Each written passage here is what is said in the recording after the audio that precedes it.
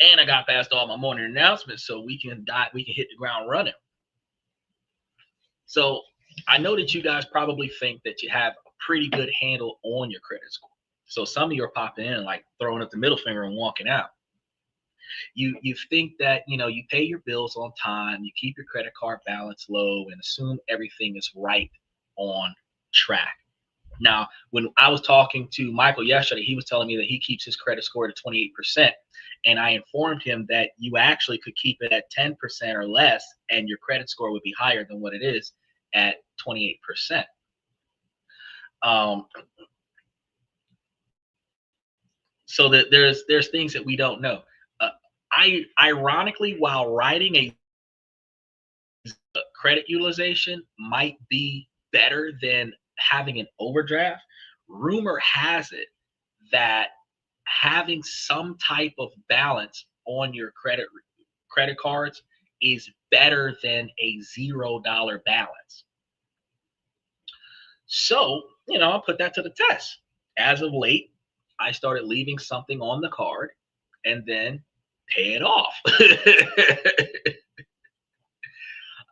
Just to see if that will positively improve the credit score over time. Now, since we just started doing it this month, we're probably not going to see the results of it until like a couple of times, at 2 or 3 months down the line. So I'll be doing a follow up in like October to let you guys know, hey, yeah, you know, I had a couple of cards that I let have a small balance on it every month, and I pay that small balance off every month, and then continue using the card regularly. Instead of paying it all off before the billing cycle cuts, I leave a little bit on it until the billing cycle rolls over, and then pay the rest of it off after the billing cycle rolls over, so that it shows that there was a balance and I paid it before the due date. So that might help with improving credit score. So while I'm testing that theory out, then I'll come back and report it to you, let you know that, yeah, that rumor is in fact true if I can verify it. But then also, you guys might even check your score on some of those free apps. You might see a healthy number and go about your day feeling, financially responsible, like you did what you were supposed to do, never knowing that there's other things that could be impacting your credit score or helping your credit score if you knew that you could be doing it, and you actually started applying that. For years, this process was basically enough. And that's what people thought. But you guys got to think again, because as of 2025, the system has become a lot more complicated. The ground beneath your financial feet is shifting, and the old rules don't always apply anymore. There are new factors, hidden variables, and confusing lack of consistency that can cause your score to swing wildly, sometimes without a clear reason. The number on your app could be a completely different story from the score a lender sees when you're asking for a mortgage or a car loan. That's why today we're going to pull back the curtain on unpredictable new systems. We'll break down the massive changes that are being rolled out, that are behind the scenes, and reveal the factors that can now dictate your financial future. More importantly, I'm going to give you a new playbook and defense strategy to protect your financial identity. What you don't know about these changes can definitely set you back quite a bit. All right. The first and arguably most destabilizing change to understand is what I call the score lottery. You probably think you have one credit score in 2025. That's a dangerous misconception. The reality is you have dozens, and the gap between your best and worst score could be wider than ever. What's the problem here? For years, the financial world ran mostly on older FICO score models like FICO score 8. It was the industry standard. While other scores existed, that was the one that mattered most for a huge range of credit decisions. It was predictable, but that predictability is fading. Recently, federal regulations have given lenders the green light to use a much wider array of scoring models. Fannie Mae and Freddie Mac, the giants who back most US mortgages, are now allowing the use of newer models like Vantage Score 4.0, with FICO 10T also being part of the long-term plan. Though its implementation has been complex and is still in progress, we're going to be experiencing these hitting the ground running and negatively or positively impacting results for us going forward. So what does this mean for you? It means when you apply for a loan, you have almost no idea which credit score the lender is going to pull. Are they using the old FICO score 8, the new FICO 10T, Vantage 4.0, which analyzes your payment trends over the last 24 months, or with the Vantage Score 4.0, which can incorporate data like your rent and utility payments? Each model weighs your information differently. An old paid off collection might be ignored by one model, but a major red flag for another. Your habit of paying off your credit cards in full every month looks fantastic to FICO score 8, but FICO 10T might see something it doesn't, like your balance trends over the last 2 years, which is one of the reasons why I was telling you guys, yeah, it's good to pay your credit card off before the due date, but it's better to have your billing cycle roll over with a small balance on it and then pay that small balance off before the due date. Vantage Score 4.0 could penalize you for a late utility bill from 2 years ago. Data other models might not even see. Can't really help if you missed a payment 2 years ago.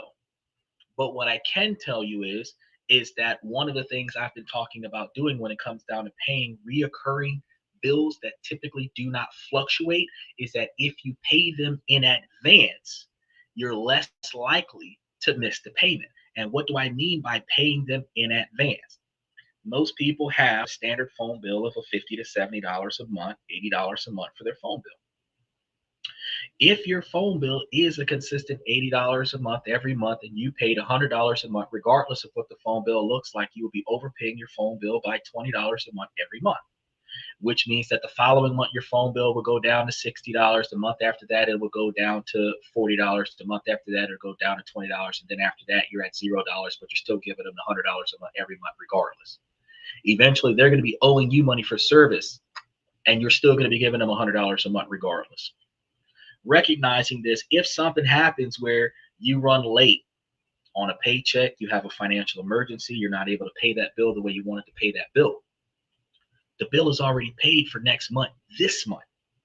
And the bill just came this month saying that you owe $0 in the next 7 days for this month's bill, where this time next month, a bill will be generated to be due. You don't have to pay that bill this month because you've already paid it in advance.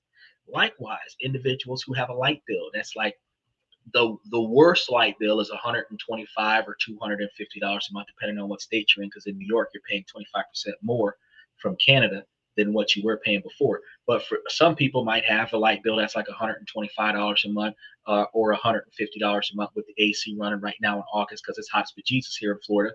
And if that's your highest light bill every month and you decided to give the light company $1,500 off of your tax return to pay for the next 12 months or the next 10 months worth of service, you would have overpaid on the light bill where they would show a balance that they owe you money for the next 10 months. If something happens where you missed a payment, it wouldn't hurt you because you have already paid it in advance. These are the things that I tell people to do. That doesn't really, you can do that with your rent, but you also have to recognize with your rent, once your rent has reached the end of its contract, you're on a month to month basis. In most states, they can evict you for any reason under the sun. They could just not like you and just terminate the contract and not tell you anything about it. Just give you a 30-day notice that you've got to vacate the premises because your contract expired. Um, they could sell the property to somebody because you don't have a contract. The new landlord doesn't have to keep you there. They can give you a 90-day notice and tell you to vacate the premises because your contract expires. So you can pay up until the end of the contract, but once you reach that month to month status, it's you can overpay. But if the contract terminates at some point, now you got to go through legal processes to get refunded any time that you did not spend on the property that you paid in advance.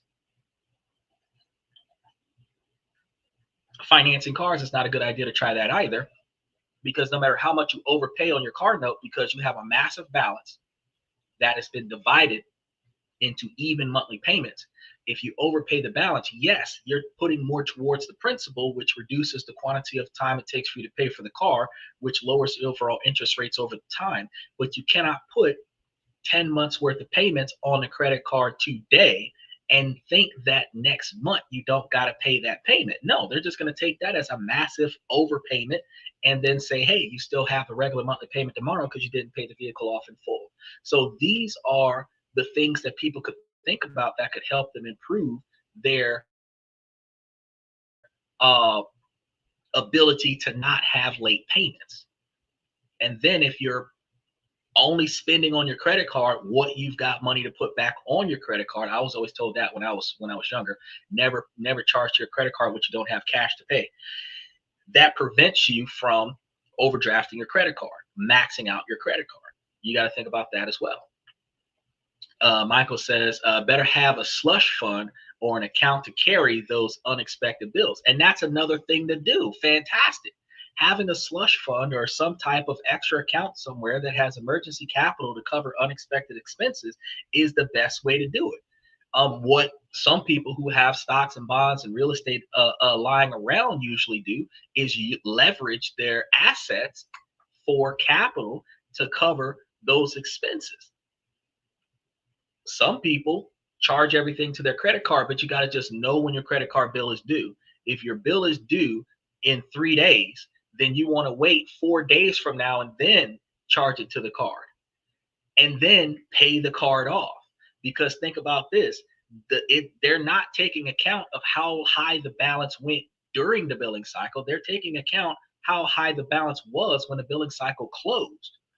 So if you need that whole credit card limit to take care of something right now today, go take care of it, and then in a couple days, pay that bad boy back off, or or on your next paycheck a couple weeks from now, pay that bad boy back off so that it's down to $50, $20, $30, whatever.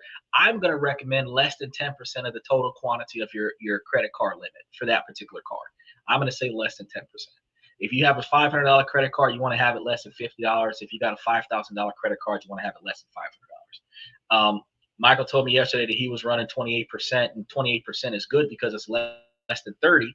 But I told Michael yesterday, if Michael tries it, then Michael will see that if you start doing 9%, your credit score will go up dramatically because you will have less utilization and a higher credit limit.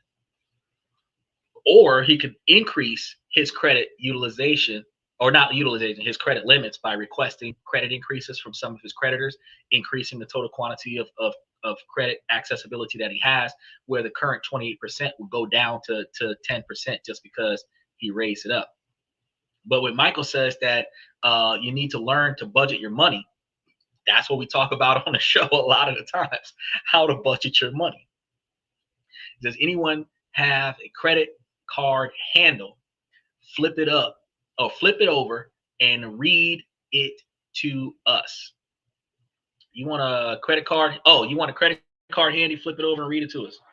Okay.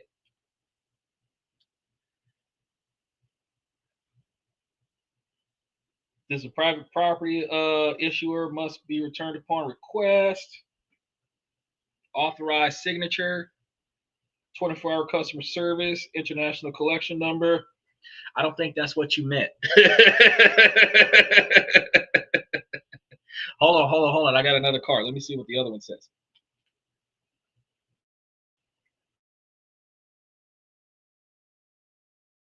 Service number, international number. Uses card subject to the bank's agreement. One's got Visa on the back of it. Hold on, we got another one. Let's see what the other one says. Oh wait, oh, let's grab this one. Like I'm pulling plastic out. It's no tomorrow. All right, the back of this one.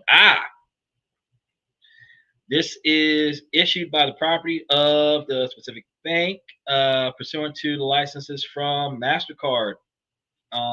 Something accepting or using this card, cardholder agreement to be bound by the current terms of the cardholder's agreement. And they have the customer service line, the email for the account, and if it gets lost or stolen, call customer service. I think that might have been the one that you were talking about.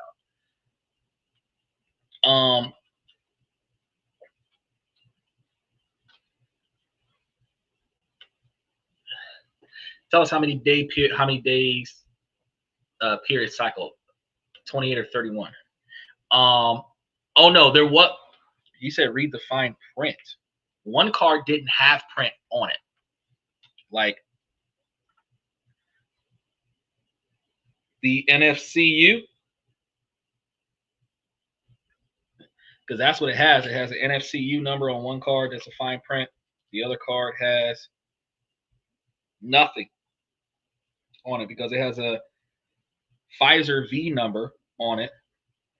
And then the one that had that big disclaimer, that card had. And then I'm going to answer your question. The one that had the big disclaimer, that was fine print. This one has a IDEMIA number attached to it. But I think I understand what you mean by read the fine print. You're asking how many day periods does billing cycle have? Typically, billing cycles roll over towards the end of the month. Some credit card companies, no, it doesn't. It doesn't tell you on the card what the billing cycle is. None of the cards that I have. I can't say if anybody has a card that tells them what the billing cycle is, but I can tell you that some credit cards usually do, like you said, between 28 and 31 days, but typically it's on average about 30 days, 30-day billing cycle. But they have it at a specific due date. So it's still going to fluctuate between 28 and 31. Reason being is because February only has 28 days in a month. There are some months that have 31 days in a month. It does balance out to where on the exact same date every month, your billing statement closes. And then 2 weeks after that billing statement is the due date, where the due date might fluctuate a little bit. But it is possible that most credit cards are based on a 28-day cycle. But the 28-day cycle is going to fluctuate specifically on the fact that the billing date that it cuts off is going to be on the same day. So if your credit card rolls over on, say, the 15th of the month, every 15th of the month, your credit card will run a statement unless the 15th is on a Saturday. Then it will run it on a 14th. If it's on a Sunday, it'll run it on a 13th. If it's on a holiday, it'll run it the last business day before the end of the billing cycle. Then the bill is going to be due 2 weeks after the end of the billing cycle, 14 days after the end of the billing cycle. So because of that consistency, the cycle itself is not always given. So the best way to know for sure is, like he says, check your bill, because that's where it's supposed to be, or call them and ask them, when is the billing cycle supposed to end? And then you are supposed to calculate 3 to 5 days before the end of that billing cycle to zero out your account, or leave like $20 on there, where approximately 2 to 3 business days is left available for any payments to clear before the billing cycle rolls over, so that your payment is recognized before the billing cycle rolls over, so that your balance is lower than what it was before the billing cycle ended. So that when you start that billing cycle, you're starting the new billing cycle with that remaining balance. You pay off that remaining balance, you're in good standings, but you are reflecting closer to 5% or 2% or 1% of the billing cycle. If you left $20 on $1,000 card, that's not 10%. And that's what I was mentioning earlier.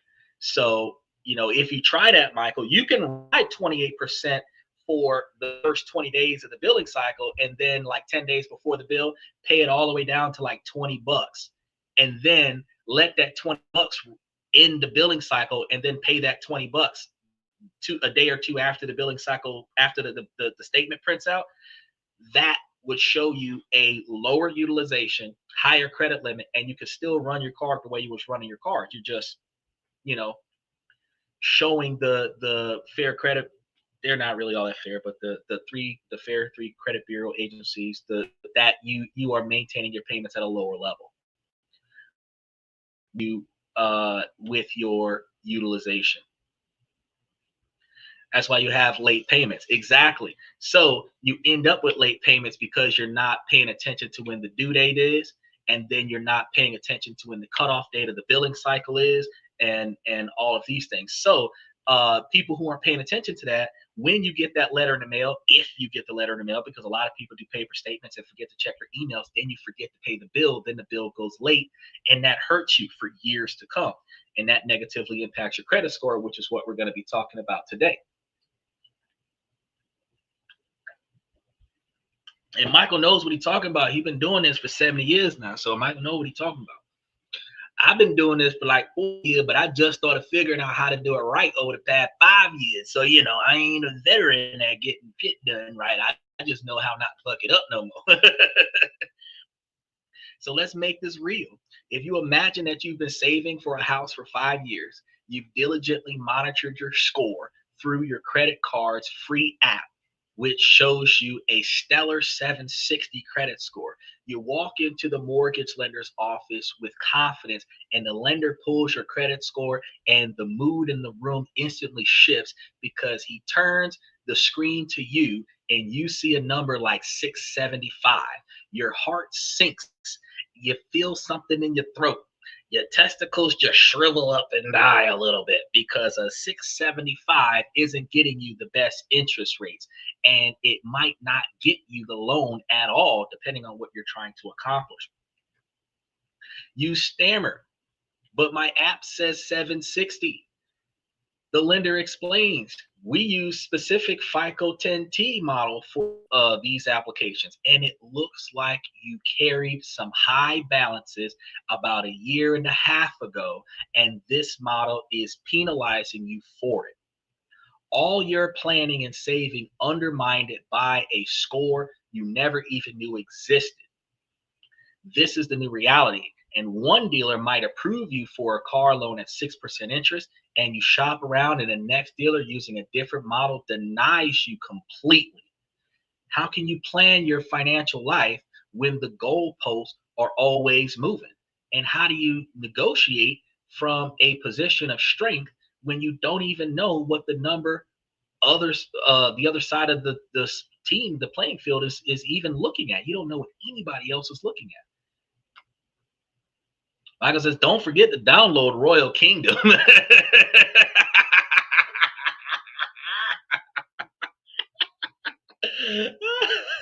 He got hit by one of them ads. Don't forget to download Royal Kingdom. Play today. Look, you're no longer a single financial identity. You're a collection of different versions of yourself. And every time you apply for a credit, you're just rolling the dice and hoping the lender pulls a good you. And that's terrible, because every time you apply for it, these days they have more credit cards that do not hurt your credit card. They're called no ding credit applications, where you apply for a credit card, and if they deny you, it doesn't show up on your credit report. like a soft pull. But there are a lot of credit card companies out there that if you officially apply for the credit card, while there's a pre-approval that does nothing to your credit report, when you do the official application, they do a hard pull. And when they do that hard pull catastrophically impacts your credit score 1 to 3 dings every time they're trying to determine if your credit score is the way they want it to be. If they did it wrong, they re-pull it. It hurts you, but they don't care about that. So if they screw up the situation at all, you can go from getting 1 credit pull to 5 credit pulls for 1 transaction. Same thing at the dealership. Think about what happens. They got you there for hours trying to find the car. He said, I couldn't resist the pun. But no, it chimed in at the right time, because that's exactly how you feel. Like you feel like you're playing a game. It's like a Russian roulette situation. And I know that Royal Kingdom game. I'm like,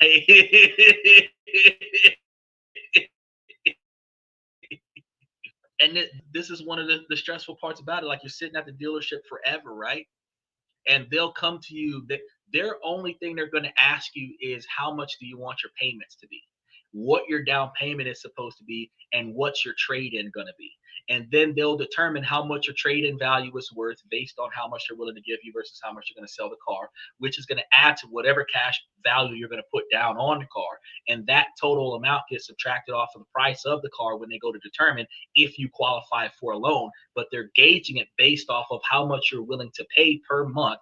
And they will either give you a 5-year loan or a 7-year loan to make the notes low enough for you to accept the notes. But they're not telling you how many times they're going to do a credit pull to find a lender that will give you the notes that you're looking for. Which is why a lot of people encourage you to go to your local credit union or your local bank that you've done good business with and get that pre-approval for the car before you go buy the car, so that when you walk into the dealership, all you're doing is signing papers. That does one hit. When you talk to your bank and they look at your situation, they're going to tell you one time yes or no. And if the answer is no, then I'm going to wait until next year and I'm going to try again. If you want to shop around, you literally ask 5 or 7 different banks, the same way the dealership asks 5 or 7 different banks. And then they're going to determine whichever one tells you yes, it's going to tell you yes. And the first yes you get, you're going to take whatever you get. But even still, a credit union will give you lower rates than a bank. And the dealership's bank is not going to give you fair value, but the dealership's bank is probably going to approve you with a higher down payment. Got to think about that. But now that you're in there with all this money in hand, and God forbid you showed up with somebody thinking that you was going to have because that's what we do. If we know that we're about to buy a car, we show up with an extra person so that they can help us drive the old car off the lot. The most embarrassing thing to experience is to go to the dealership and not qualify for the car. You brought a second person. It doesn't matter if it's a friend or a family member. The embarrassing part of being denied in front of a witness is more devastating than being denied when you stood there by yourself. I actually encourage people, go by if you're not bringing people to help you work on the deal, go by yourself. Because if you get denied, the only person that knows about it is you and the person that told you no. Then if you get approved for the car, you just come back and pick that motherfucker up tomorrow, or drive the new car home, get your buddy, drive them back to the dealership and pick your old car up tomorrow. But do not bring them with you for the closing, because you're not guaranteed for it to work out in your favor unless you're buying the car cash up front. It is not guaranteed to work out in your favor. So this is a very interesting topic for us to talk about, because there's a lot of changes that's happening right now. It's not a fair system. It's a lottery, and the odds can feel stacked against you. So the solution that we have is that you cannot control which score a lender will use. You have to accept that. But you can control the underlying data that all of these scores are built on. You need to shift your focus from chasing a number on an app to practicing impeccable fundamental credit health. First, take advantage of the free weekly credit reports from all 3 major bureaus. because Experian, Equifax, and TransUnion now on the annual credit reporting app.com are giving out, they used to only give it out to you once a quarter. And hold on, Michael says first time mortgage will be 20% down. Actually, I actually talked to a lender in a first time mortgage. They were telling me 10% down. And out of that 10%, that included the cost of both agents for the buyer and the seller.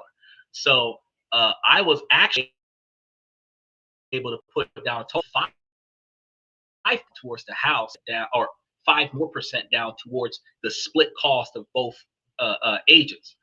So out of the cost of what would have been a $200,000 house, 20 grand would have went towards it.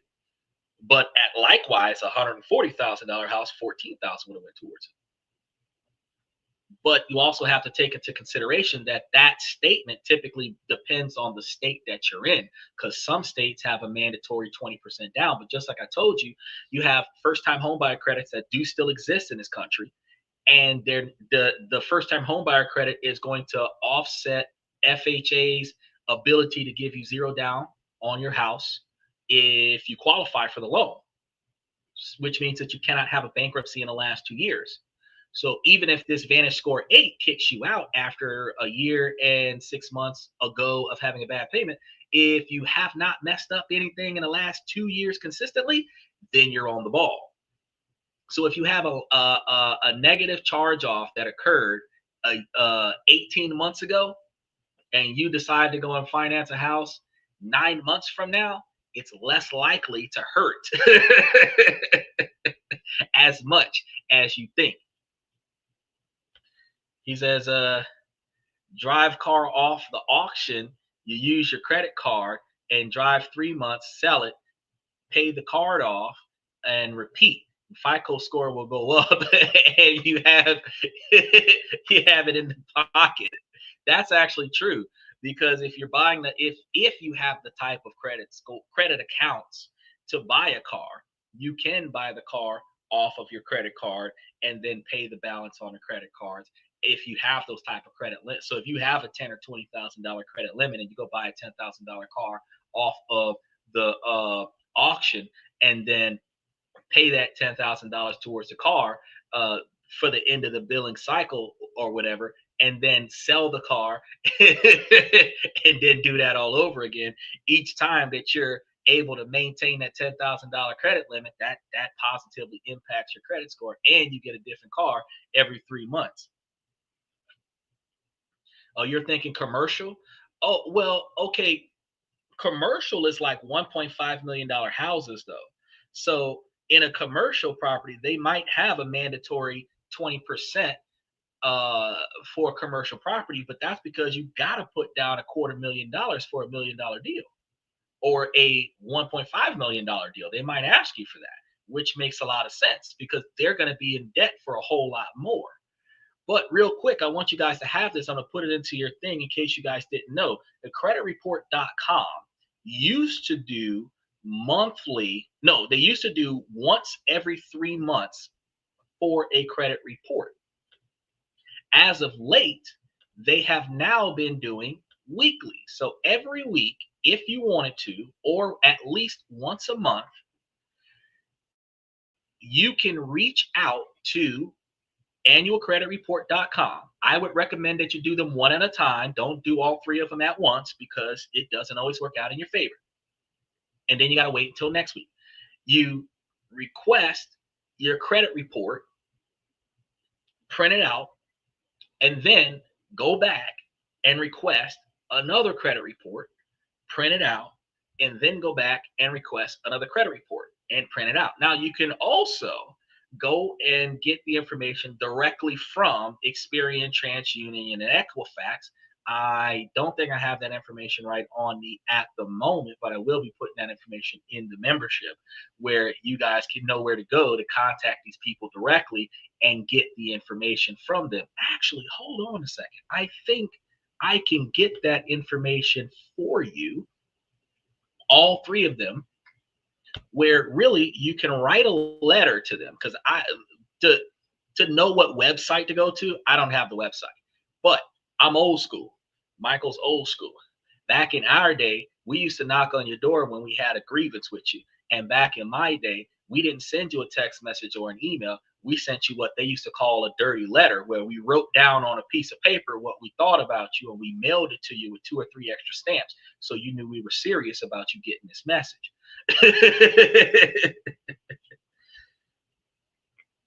And we're going to be, and stay tuned, because we're also going to be talking about how to dispute your credit reports as well.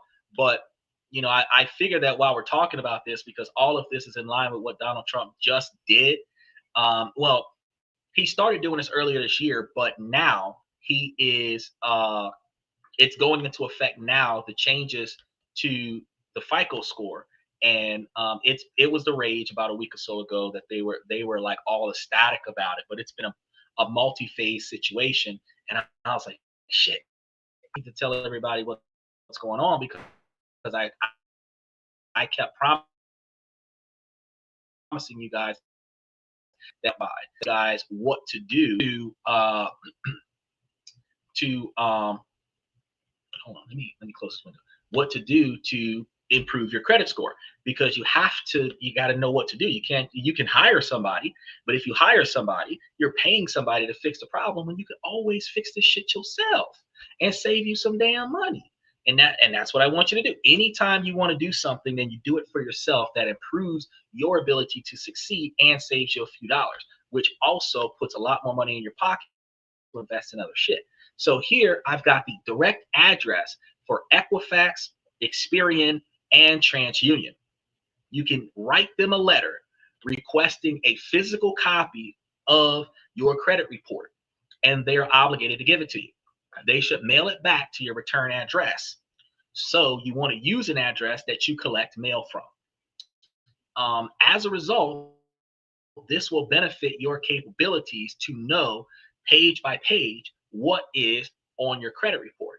Now, also, you can go to their official website and ask for it, and then they drop it in your email. You can put it on the letter for them to email you a copy of it, but then you have to go search for it in your email and hope that you can download it, because if you can't, they satisfied your request by sending it to you, but you still can't see what's on there. So you want to ask for a written copy printed out of your credit report, so that you can see what's on your credit report, because not all the time can you see online, especially if you're using a cell phone app versus a computer, what is up there. And all three of them will have something different, which is another reason why the lottery of your credit score actually occurs, because depending on what they're looking for and depending on what gets reported, if 2 out of 3 agencies reports the same thing, they're likely to use that even if you can't see it.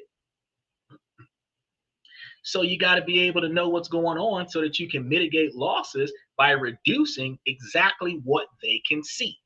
And we're going to be talking about a little later tonight about how to do that. Now, this is a non-negotiable expectation. Now, I want you guys to pay attention to this, because when I give you guys non-negotiable expectations for behavior, you either do it or you don't. But if you follow these non-negotiable expectations, then you're more likely to succeed. Make sure that you guys like and subscribe, and wreck those those reaction buttons off to the right side of the screen over here. I figured out which direction they are. They're over here. Now you look at the raw data on all 3 reports at least once a month. This is your best option. And the reason why I want to say once a month is because there's an unlimited quantity of times that you can dispute. You can dispute every week if you want to. But you have to understand that you have to dispute in writing.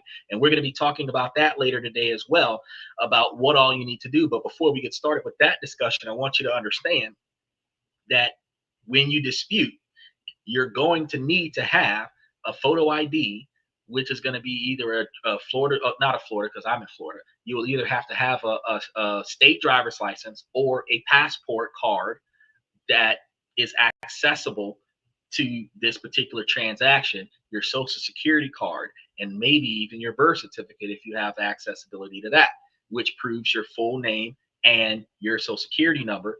That is determined to be your credit report.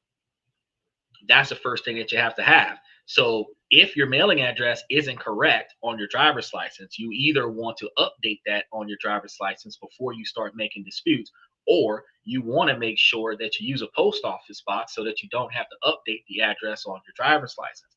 I'm going to be talking about all the disputing stuff that you're going to be doing down the line, but that's like the very first step that you got to do, because you have to mail them proof that you are who you say you are when you start disputing. And it's going to take them up to a week to get it. It's supposed to be, when mail is running smooth, 1 to 3 days, 1 to 3 business days, not including holidays and not including weekends. But then it also is going to take them about 5 to 7 business days to start taking action on it. You might see a total of 11 days before they actually do something. If they're emailing you the response, you might see the response within 2 weeks of you sending them the letter. Or you might see them acknowledge that they received the letter 5 days or 10 days after they received the letter, and 5 or 7 days after that, you see a change on your credit report.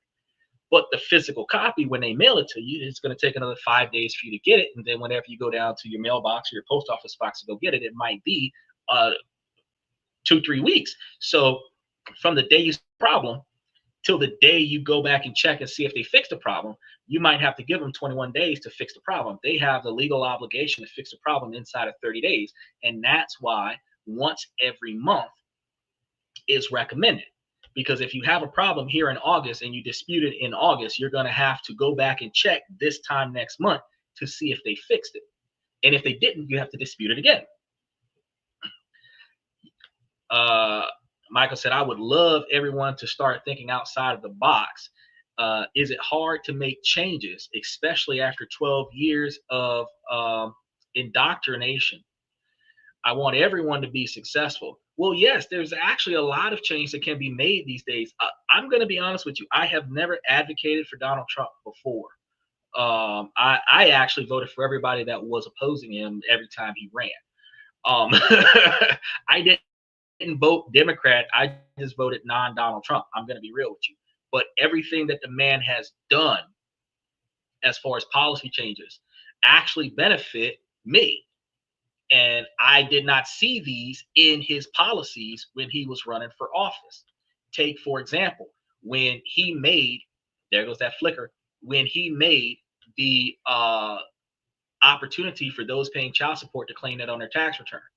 So even though the female 82% of the time has possession of the child, if the father is paying child support, he can claim that child support on his tax return and get a tax deduction off of that. That used to not be a thing. Before Donald Trump in 2023, they had passed the Fair Parenting Act that allows unwed fathers to have possession, to not only have possession, but have parental rights to their children. And coupled with what Donald Trump just did, it gives fathers more opportunities to be involved in their children's lives. He also made a lot of changes that benefited low-income individuals. It doesn't benefit us immediately, but it will benefit us over the long run. And then when you start seeing certain changes like what he just did with adding a $1,000 bank account to every kid that's born over the next 4 years, like that is stuff that helps the poor people more than it helps the rich people. And we're going to be talking about that next week. There's a lot of changes that's going on. The credit change that he's doing right now, which is what we're talking about today, this credit change is going to benefit a lot of people that can barely afford their house, because by having a different scoring system, you should be more likely to succeed with getting a loan, even if it's a high interest loan. Instead of getting denied outright, you might get hit with 6 or 7%. It's not the 4.25% that we were talking about last year potentially having for this year. But the fact is that if you can get approved, whatever other opportunities that you could have had, like if FHA is offering 0 down, it doesn't matter if it's 7% interest. If it's 0 down and you was saving $15,000, $20,000, $30,000 towards the cost of this house, and now you qualify for 0 down, you don't have to put $1 on the house. You can get the house and use that $15,000, $20,000, $30,000 that you had saved up and put that on the monthly payments. You could put that into an account, a high interest bank account that is doing direct charges for the house, where you can guarantee that at whatever amount of money per month, that money's already in the bank account. If you saved 15 or $20,000 and your mortgage ends up being $1,000 a month, and you don't have to put that down as a down payment towards a house because you got zero down from the FHA loan, then that's 20 months of payments. You could just put that down. Why do people get denied? People get denied because of bankruptcies. People get denied because of collections. People get denied because of poor payment history, meaning that you have late payments, whether it's 30 days, 60 days, 90 days, 120 days, 150 days, where you're not paying the bill on time. Even if you're maintaining the account, you're allowing the account to run negative for far too long. This hurts your credit score. Having a negative bank account where they charge your bank account service fees, you get told about it, you pay the fees, but the account is supposed to be in a zero balance or a positive balance, but your billing cycle rolls over every month where your account is in a negative. That hurts your credit report. People don't know that. And then when somebody says, oh, well, I'm gonna loan you something, but you have to show me that you can pay it. Then when I look at your information, it shows me that you have consistently not paid on time. And depending on how many charge-offs you had, and depending on the amounts of the charge-offs that you had, you can't convince me to loan you something of higher value than what you've already failed to pay on time, or failed to pay at all and then ended up being charged off and never worked it out with the other. That's some of the reasons why people get denied. They don't just get denied because their income is too close to their debt. That's another reason why you would get denied, because you're supposed to be operating closer to 30%. They might allow you to have 41% of debt compared to income, including collections and charge-offs. But beyond that, the payment history is going to be what really hurts you. And not too many people understand that. They thought, oh, I'm good because I haven't missed a payment as far back as I can remember, 6 months ago. But a year and a half ago, that still counts. 2 years ago, that still counts. Remember getting my first credit card while I was still in high school. I remember being in the collection agency at 15 because people that I knew was using my social security number without my knowledge.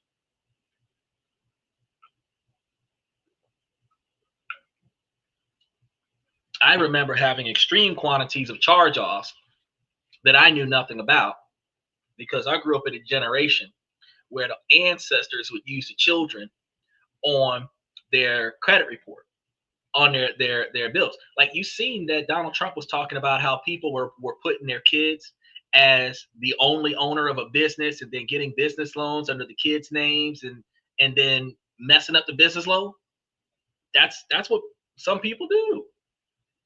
Destroying the child's financial history, making a child a personal guarantor, child 8 years old with a $40,000 debt to their name. They not even old enough to take out that, because you're not supposed to do financial business lending and stuff to that effect with people under the age of 18 without an adult co-signer on it. So you have an 8-year-old in the collection agency. 8-year-old didn't know nothing about that. That's identity theft and fraud.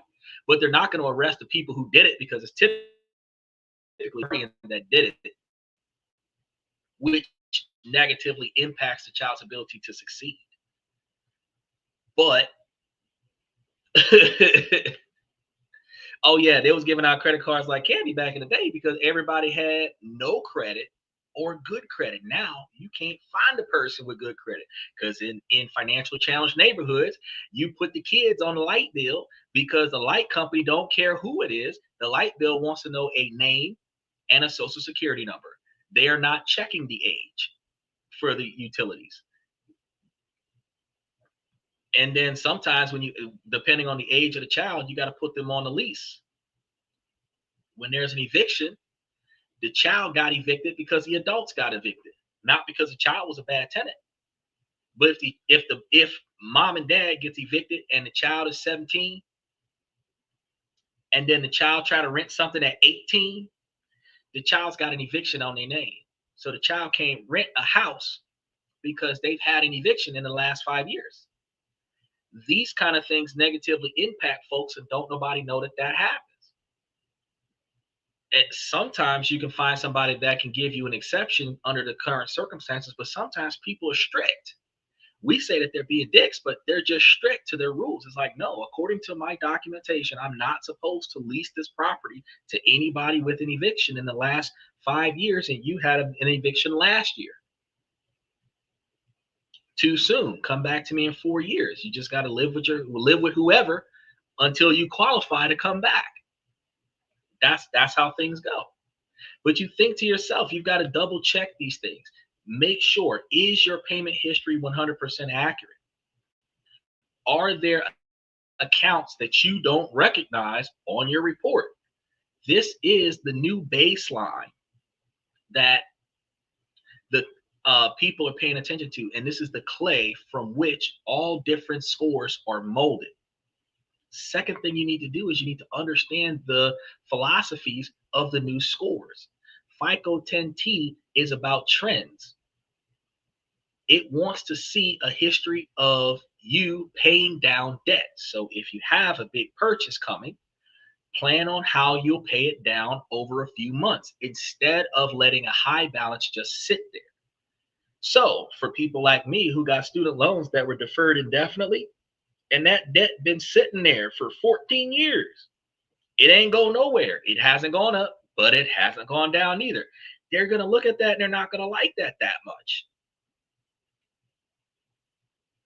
Not much we can do about that, because unless I decide to start making payments on it or have the capability to pay it all off at once, that is a debt that is going to continuously damage my ability to be successful with my credit score.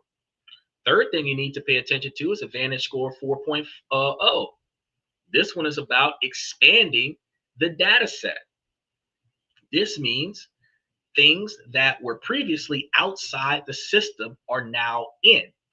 So if you rent, look into services that report your on-time rent payments to the credit bureaus. Make absolute certain that utility bills are on auto pay, or like I told you, paid several months in advance. There is no longer just monthly bills. They are now credit building tools or credit destroying instruments, depending on how you allow them to fluctuate. So back in the day, when you didn't have enough to pay your bills, you could just put a partial payment on it and we'll try to catch up next month. We'll put a partial payment on it, pay the late fee, and then we'll try to catch up on it. Well, guess what? Now that partial payment is not a full payment, and that not full payment is a late payment. And that late payment negatively impacts your credit score. And that will sacrifice your success going forward. So you have to play a different game. You need to start being on defense on all fronts, because you don't know where the attack is coming from, since this is going to be Russian roulette for credit scores. You want to master the fundamentals. Perfect payment history is easy to do, and low utilization is going to be another thing that's easy to do, like we were just talking about with maintaining a lower utilization. Zero is not as good as, well, zero is better than high, but zero is not as good as like 1%. 1% shows that you're using it, but it also shows that you're paying it off on time. And then you want to have clean credit reports. And you'll be in the strongest possible position no matter which version of your score lenders see. The second massive change is a shift in the regulation environment. So it involves your main ally in the credit worthiness. In this world of credit, the Consumer Financial Protection Bureau, or the CFPB, is going to help or hurt. The problem, hold on a second. Michael says, I'm lucky I'm not young and dumb. I understand the reason for the FICO score, especially in today's society. Well, a lot of us are not just dumb for the sake of being dumb. A lot of us are unknowledgeable because we grow up in a society where very few people know, and know the people who know don't share it without selling this information to someone else. Because out of the 5 or 6 commercials that you've probably seen today, Michael, I'm pretty sure that maybe 1 or 2 of them were like, hey, I can fix your credit score, sign up today. Hey, I can dispute this for you, sign up today. Hey, I can help consolidate your debt, sign up today. But none of them, no one is teaching you for free. This is what home economics should be about in high school. They should be teaching this between 10th grade and 12th grade. They should be teaching you about the FICO score. They should be teaching you about financial responsibility, since you're not being taught by your parents at home, because really this type of education should be taught by mom and dad at the house. But if mom and dad don't know, if they're robbing Peter to pay Paul, if they're borrowing against a stone, if they're living above their income and then taking loans and payday loans and cash advances to offset the extra spending, they can't give you financial advice because they don't know what the fuck they're doing neither. And that is the reason why these young folks come out with lack of knowledge. It's not because they're dumb, it's because they're undereducated. Undereducated. Well, yeah, unknowledgeable does equal dumb. You got me thinking about Red from that 70s show. Dumbass. It does make me sit back a little bit and think, oh snap.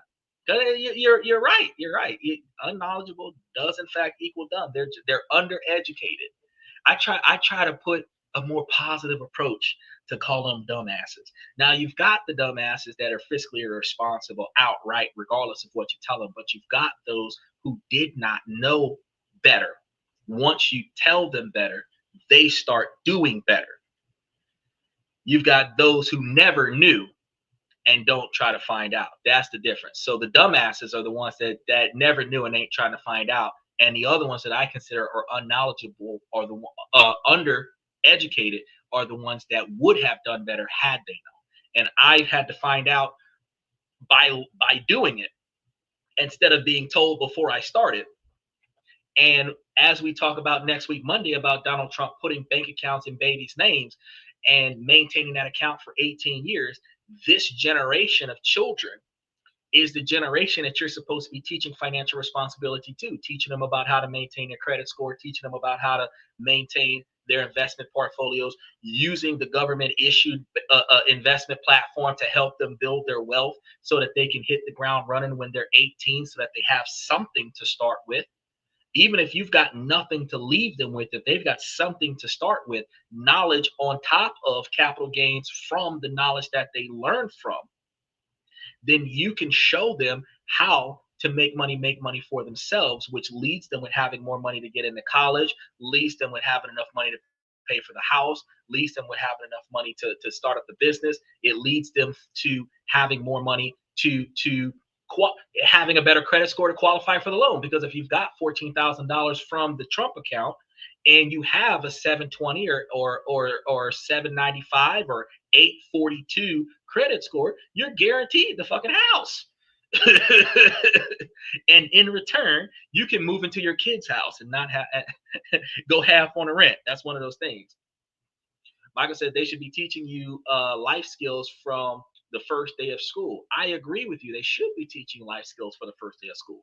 They should have a course in college that teaches you life skills so that you know what the hell is going on, so that you can be better at being you when you're a damn adult. If you didn't get this fresh out of high school, there should be an elective class somewhere that teaches you this kind of shit, whether it's in a community college or a 4-year institution, so that you know these things. Because if you don't, you're gonna go through your whole 8-year, 10-year, 12 years of college, fucking up everything, not knowing why you're not being successful because nobody showed you. So here on This and That, where we talk about this, that, and everything in between, I'm gonna show you. So everybody who catches this will get to see it, and everybody who doesn't catch it will catch it on a replay. This might be one of the ones that I run the promo on so that it starts getting played worldwide. Like, I know you've seen the dating app show, the dating coach show had almost 80,000 views on it because it's being seen in Bangladesh, which is a big difference. Michael said, how many years do you need reading, writing, and math? Well, apparently it needs fucking 12 years to read, write, and count enough to get into college and spend another 5 or 6 years doing pretty much the same thing, because you have to have calculus and trigonometry and statistics before you can get into your core classes. English 101 and English 102 or 201 is going to be required in order for you to go into your major core classes. And then reading is going to be reading all the sciences and everything else that's going on in your college levels. And then writing is going to be essays for everything that's not math. So ultimately 18 years, 18 to 24 years of practice before you get a degree on it, so that they can certify that you know how to read, write, count, and spell. And then the common generation text jargon destroys all of that. So you got the piece of paper and still can't spell it. Now, the CFPB was created after the 2008 financial crisis to protect consumers. So for credit reporting, they were the referees. If a credit bureau made a mistake on your report, and they make millions of them, and refuse to fix it, you had a power play ally. You could file a complaint with the CFPB, and they would investigate and hold the bureau accountable. They were the equalizer against multi-billion-dollar corporations. However, as of 2025, the CFPB is facing significant changes in its leadership and priorities, which could impact its enforcement capabilities. And 4 more years of the indoctrination. Because that's what the degree is. It's an indoctrination. It's a piece of paper that they say that you have been indoctrinated. Your doctrine of whatever, arts and science, business, finance, architecture, accounting, nursing, music, education, English, you've been indoctrinated to officially be qualified to do this. That's it. That's all it is. It's a piece of paper.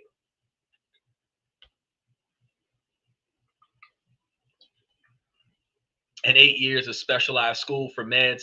Oh, vets, dental hygienists, GYNs, surgeons, nurse. Well, not all nurses, like RNs and stuff. And then anesthesiologists, radiologists, all of these people go to the same. So the same person that sticks their finger in your dog's butt went to the same college as the doctor that cut open your cousin and did that lung transplant. Think about that. The same person that put your puppy to sleep went to the same college as the person that put you under when you had to get stitches when you broke a bone. They go into the same place to get a piece of paper to either cut open and rip the guts out of a dog, or cut open and rip your guts out. Either way it goes, they went to a medical school. Okay. Because biology wise, we're all animals. All right. So could you potentially get that bullet out by going to a vet that isn't required to report gunshot wounds to the police officers?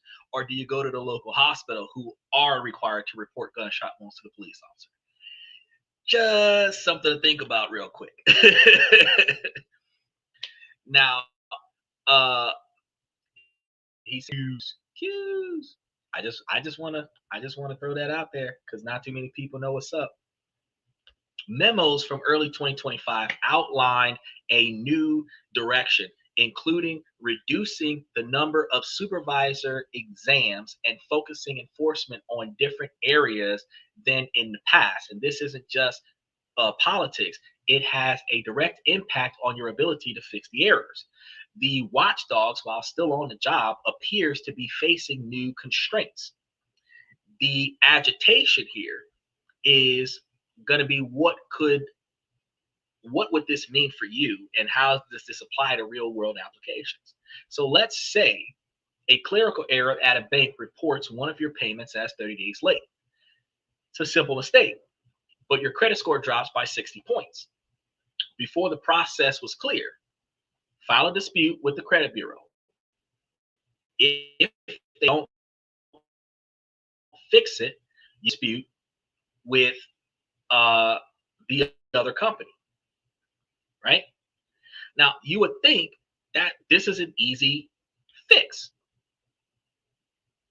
because when you file the complaint with CFPB, the pressure from the federal agency often got the error correct.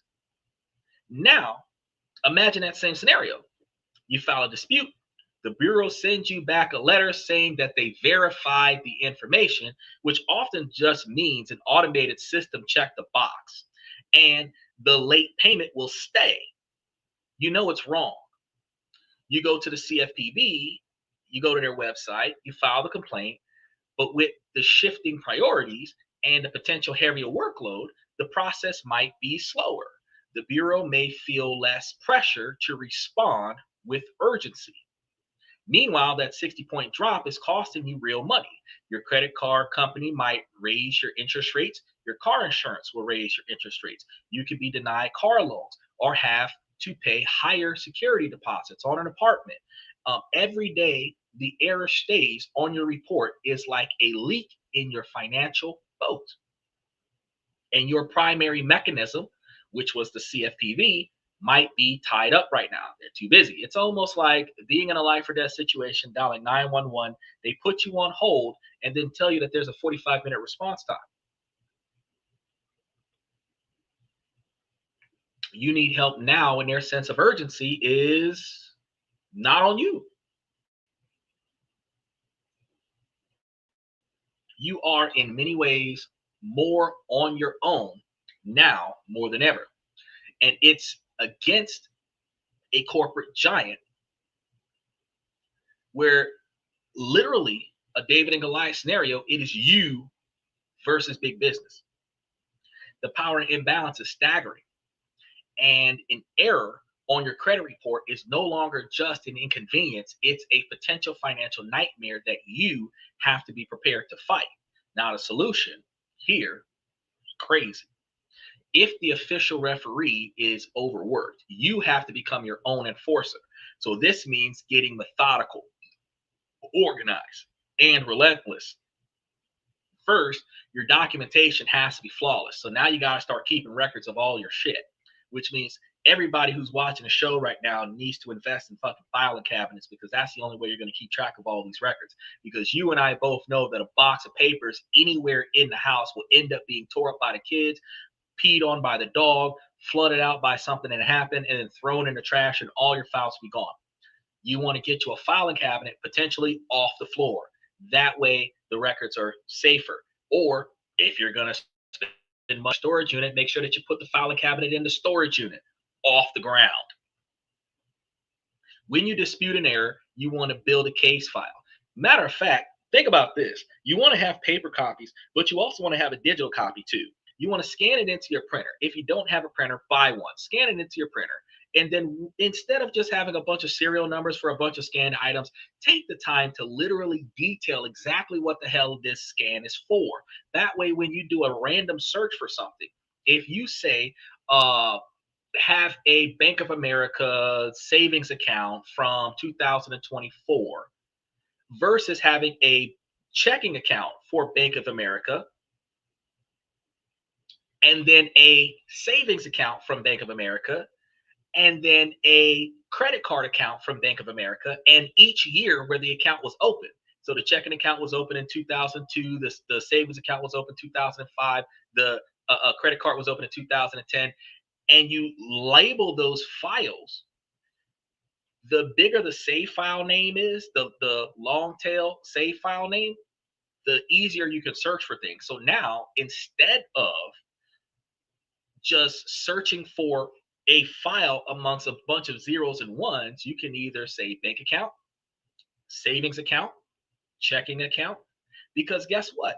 You might have a bank account with multiple different banks. Over 40 years or 50 or 75 years, you might have had 30 or 40 different bank accounts. You might have had 30 or 40 different checking accounts. You might have had 30 or 40 different credit cards. You might have had a money market account in there. That's a completely different account than a savings account. You have CDs. You have, you know what I'm saying? So the more detailed you are with these files, it's easier for you to find them. Then if you put them in a folder in your computer, and then it can be even safer. Back that folder up onto a USB drive and put it on the top shelf of some shit where it doesn't get messed up. You've got these files. When you dispute an error, you build a case file. You include copies of the payment records, the bank statements, letters, anything that proves your position. Then you're going to use certified mail with the return receipt for all correspondence with the credit bureaus. And this is critical because it creates a legal paper trail and proves when they received your dispute, starting the 30-day clock that they legally have to respond to. You're lucky if they send you notice, because if they send you notice, even if you fail to do the certified letter, when they send you notice, you have proof that they've received confirmation of the notice, which means now they've got 30 days to fix it. From the date that they acknowledge the fact that they are supposed to fix it, they've got 30 days to resolve the problem. And if you continue to communicate with them in that 30 days where they send you the bounce back notice, oh, we checked it and it's good. No, it's not. It's not good. And I'm going to be telling you ways to fight against that later on in tonight's show. So you want to stay tuned with it. He says, solution, save money, pay cash. Okay, so yes, if you're starting out, the solution to this problem would be to save your money and only spend cash. If you're going to use your credit card, don't use your credit card for something that you don't have cash to pay for, and always make a partial payment before the billing cycle rolls over so that your balance is low, and then pay off the balance before the due date so that you're maintaining a lower utilization every month, which keeps your credit score high. Pay all of your utilities in advance. Keep cash on hand in case you need to pay for an emergency, and everything will work itself out. Yes, but if you've already gotten put into a screwed up situation, saving money and paying cash is not a solution because you still have to fix the fuck up. Here in 2025, everybody from 1965 going forward has some type of credit history that needs adjustment. And yes, you can put it in a thumb drive and place it in a safe, but unless you have a waterproof safe, it is in your best interest to put that safe above ground. You want to put it above ground. That's key point. Now, the third thing you got to do is you got to be persistent, because you don't just send one letter and hope for the best, because usually the first letter is going to be that they don't care, that they talked to the person and the person verified it, but it's clearly wrong. You got to follow up with them. If they don't respond in 30 days, you got to send another letter referencing the first one. You escalate the issue to the supervisor. You have to be a squeaky wheel. You have to be a Karen about this. The fourth thing you're going to do is that if the Bureau refuses to correct and litigate the error, or correct the legitimate error, you're going to end up in litigation. Your next step isn't just a CFPB, because you should still file a complaint there for the record. But you may need to escalate even further, and this could mean filing a complaint with your state attorney general, or even consulting with an attorney who specializes in Fair Credit Report Acts. And this sounds extreme. If you have the knowledge, you might be able to run this case yourself, because under the laws that exist right now, a Fair Credit Report violation is $1,000 per violation. And so if you have 29 inconsistencies on your credit report that you can prove, there are $29,000 worth of money that you can claim. You don't necessarily need a lawyer for that. In fact, it is understood that for that $1,000 claim, all you've got to do is be able to reference the fact that these things are incorrect. Now, on the other hand, there is a $5,000 claim per violation that you can get if you have experienced extreme catastrophic failure in life as a result of this filing. Now, that is going to require detailed proof. He said, no, no, no, you put yourself in that position, own your mistakes. Well, yeah, if individuals I appreciate you swinging by, Michael. If individuals put themselves in financial constraints and now they've got to fix their credit report, there are certain things that you can remove off of your credit report and there are certain things you can't. One of the things you have to remember is that the Fair Credit Reporting Act is only allowing them to report for up to about 7 years anything on your credit report, including names and addresses. So anything that is on your account that is more than 7 years old is not supposed to be there. However, since nobody ever goes and looks at it, nobody ever goes back and challenges it, you come to find that when you try to do something that does an identification verification, they ask you here in 2025, what street did you live on in 1991? What house did you own in 2002? What loan you took out in 2005? What credit card did you have under your name in 1987? 7 years ago, here in 2025 would have been something to the magnitude of 2012. Okay. So, well, shit, that's more than because 10 years ago would have been 2015. So 7 years ago would have been like 2018. So if they're only supposed to be verifying your identity from 7 years ago, they're technically only supposed to be talking to you about things going as far back as 2018 in 2025. For them to be trying to verify you from information going back to 25 years, one, you're the only person who would know that, but two, that information is not valid to your credit report. So you can have all of that information removed. Another thing that you can do is any names that are on your credit report that doesn't belong there, you can have those names removed. Sometimes there is debt attached to addresses and names that don't belong to you because your social security number was used in that transaction. You had no idea.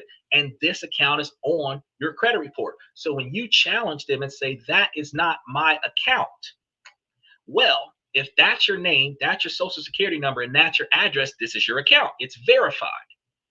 And you can go back and forth with them and they're going to keep ignoring you. But if you remove all addresses that don't belong to you, and me, I would go to the magnitude of keeping 1 to 2 addresses on my credit report. My current physical address that's on my driver's license, regardless of whether or not it's valid, it's the one that's on your driver's license. So it's the one that can be verified. And the mailing address that you receive all correspondence from them. So if you're using a post office box that's different from the address on your driver's license, those are the 2 addresses that should be on your credit report. All other addresses do not belong to you. Any accounts, positive or negative, that are attached to any addresses that don't belong to you should get removed off of your credit report because they don't belong to you. Any name, any variation of your name that is not your government issued name on your birth certificate, driver's license, passport, social security card should also be removed. If you remove any variation of your name that is not the original formation of your name, most accounts that would have been attached to your credit report based on the incorrect formation of your name, especially if those counts are negative, are going to come off of your account as well. So this is ways that you can improve your credit score before you start disputing the actual disputed or negative charges on your credit report. So like Michael's like, oh yeah, you got to own your mistake. You're right. But the credit bureaus, 3 major credit agencies need to own their responsibility to report your information correctly. Even if you do have bad payment history, even if you do have charge-offs, even if you do have defaults on student loans, if they're not reporting this stuff correctly, you have the legal right to request two things that they don't tell you about. And I'm going to tell you about it for free today. One, if you can look at a transaction, say for example, you have an account that was good for a certain period of time. When it's good, you see check marks. When it's bad, you'll see 30, 60, 90, and then you start seeing CO. CO means charged off. You might see a bunch of COs in the history of this account, and then one day you see a 90 on there. It went from being reported charged off to being reported late recently, right? Now, the problem with that is that's called re-aging. And re-aging allows the agency, the company that has that debt, to continue negatively reporting on that account, which continues to damage your credit report, which is fraud. Now, the Fair Credit Report Act requires that the three major credit agencies remove inaccurate or fraudulent reports from your credit report. So this is where, like Michael said, own yourself, but they got to own themselves. If it is not correctly reported, if you've got a charge off that's correctly reported as a charge off, you can't do nothing about it. But if you've got a charge off that is incorrectly reported, yeah, they charged it off, but they decided to try to give you an extra middle finger and damage your credit report by start reporting you late now. That is a violation. As a result, you can not only demand that they remove that charge off from your account, but you can demand that they block the reporting from that creditor to your card, to your credit line, which means that once that account comes off, they can't sneak back and stick it back up there. But you got to check every month to make sure that they're not continuously reporting this exact same account that was originally removed. All of this has to be done before the next time you go and apply for a credit card. Keep update for your whatever your license is supposed to be. Honor that, accept that, own that ID, that own that address, and then whatever mailing address, your post office box, own that too.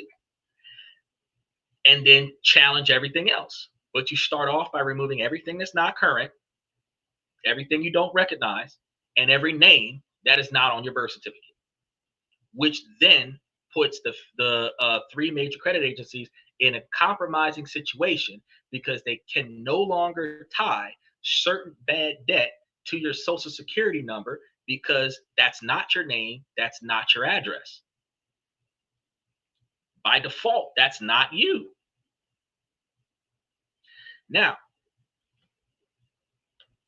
it sounds a bit extreme, but this is the new reality of self-defense. Once you start making sure, because if you understand that they know, especially because they had that massive lawsuit at the beginning of this year where the three major credit agencies start settling out of court millions and millions of dollars, you understand that these guys have been drugged down. So when you start threatening to sue them, they start making changes. And sometimes you gotta tell them, hey, first notice, you gotta let them know this is a problem. Second notice, you gotta let them know again, if you don't make changes, I will pursue legal actions. Third notice, you gotta let them know that if you don't make changes, I'm going to take legal action. Then you gotta start talking about final notice. Look, bro, if this don't get rectified by such and such date, and you're not giving them an open-ended statement, you're telling them, by this date, if this isn't rectified, soon thereafter, you will be in legal action. And that's it. Once you have personally exhausted yourself with 3, 4, 5 attempts, and you have not seen the satisfactory improvement of your situation, at that point, that is when you get a printout of your credit report, your current credit report. You get a printout of each dates and everything. And then you piece together that civil action where you're taking legal action against them for, with knowledge, not reporting accurate information on your credit report. And if you're going after them for the base level $1,000 per transaction, and you count off each one of those infractions that is not correct, they will you will go in, probably, if it's not a lot, you'll be in small claims, but if it's a lot, you're going to be in a higher level system, and that'll be that. They'll get you $5, $10, $15,000 worth of compensation for the fact that they did not make those changes. But once you get the judgment in your favor, because the injunctive relief that you're going to be asking for is that they remove this information off of your credit report. But in addition to the injunctive relief, the compensatory damages that you're going to be asking for is the $1,000 per infraction for tearing up your credit report. Well, once you get finished with all of this stuff, and then potentially cost of court if you don't know how to file an indigence form and showing that you're too broke to pay for the cost of court and ask them to waive the cost of court, then you're in a position where now you have to turn around and ask the you get confirmation, because you're going to want to have a reasonable period of time after the hearing, usually about 30 days after the ruling is in your favor or a settlement happens in your favor, that they show you a credit report from each one of the three credit agencies, because you're going to sue them all together, that your credit report effectively shows everything that you asked to be removed is removed. And then whatever compensation they're going to give you, whether it's $300 or $30,000, they give you your compensation and you walk off. Just money in the bank. Reimbursement mostly, which is all tax exempt. Now, the next thing, and I got to tell you, yeah, this sounds extreme, but if you're ready to take them to court, and they know this, man, then you got a good thing on your hands here. Now, check this out, because this is why having a top tier credit monitoring service is no longer a luxury. They've started making it a necessity.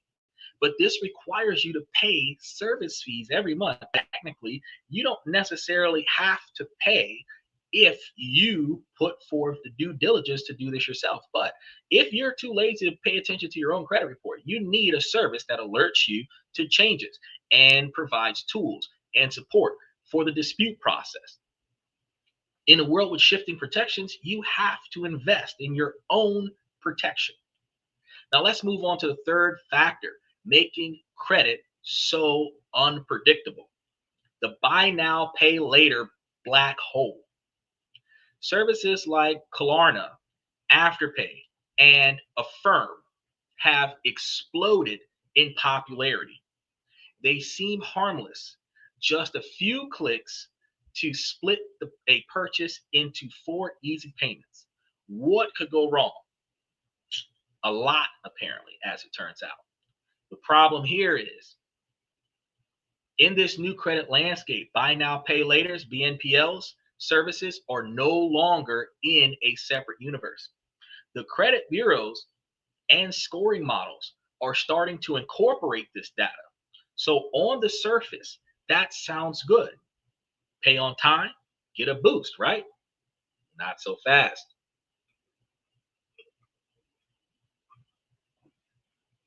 The problem is a lack of standardization.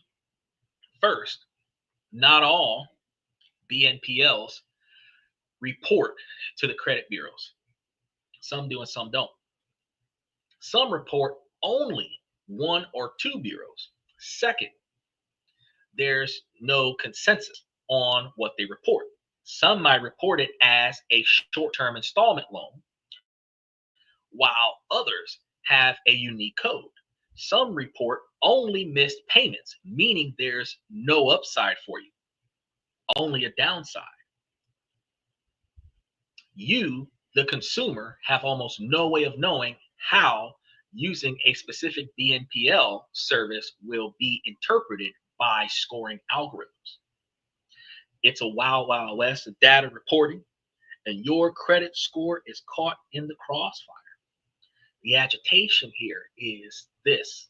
Think about how you use these services. You're buying a $150 pair of sneakers online. The option pops up for interest-free payments of $37.50. Seems like a no-brainer. You click it. You make all 4 payments on time. But what you don't know is that this particular BNPL company doesn't report on time payments. Your your responsible behavior earns you no credit. Now let's flip that. A month later, you use a different BNPL service for a $200 jacket. You forget about the third payment and it's a week late. This company does report to all three bureaus. That single late payment of $50 could now be reported as a 30-day delinquency on your loan, potentially causing you a score plummet for a $50 mistake. Do you see the problem here? You're using a financial product where the rules are invisible and the consequences are severe. And it's not easy for you to reach out to these companies and get a true confirmation of exactly what they're reporting and how they're reporting and when they're reporting. Because when you get on the phone with customer service, their job is to give you reassurance. It is not to tell you the truth. It is to make you feel comfortable with what they've got going on.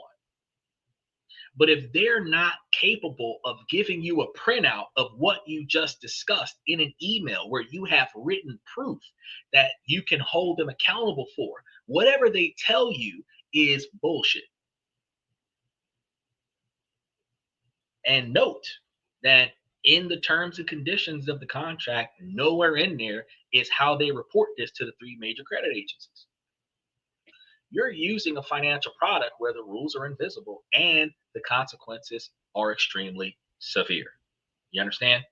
Every time you click that button, you're gambling. Will this help me? Will this hurt me? Will it do nothing at all? You don't know. This inconsistency makes informed decisions impossible.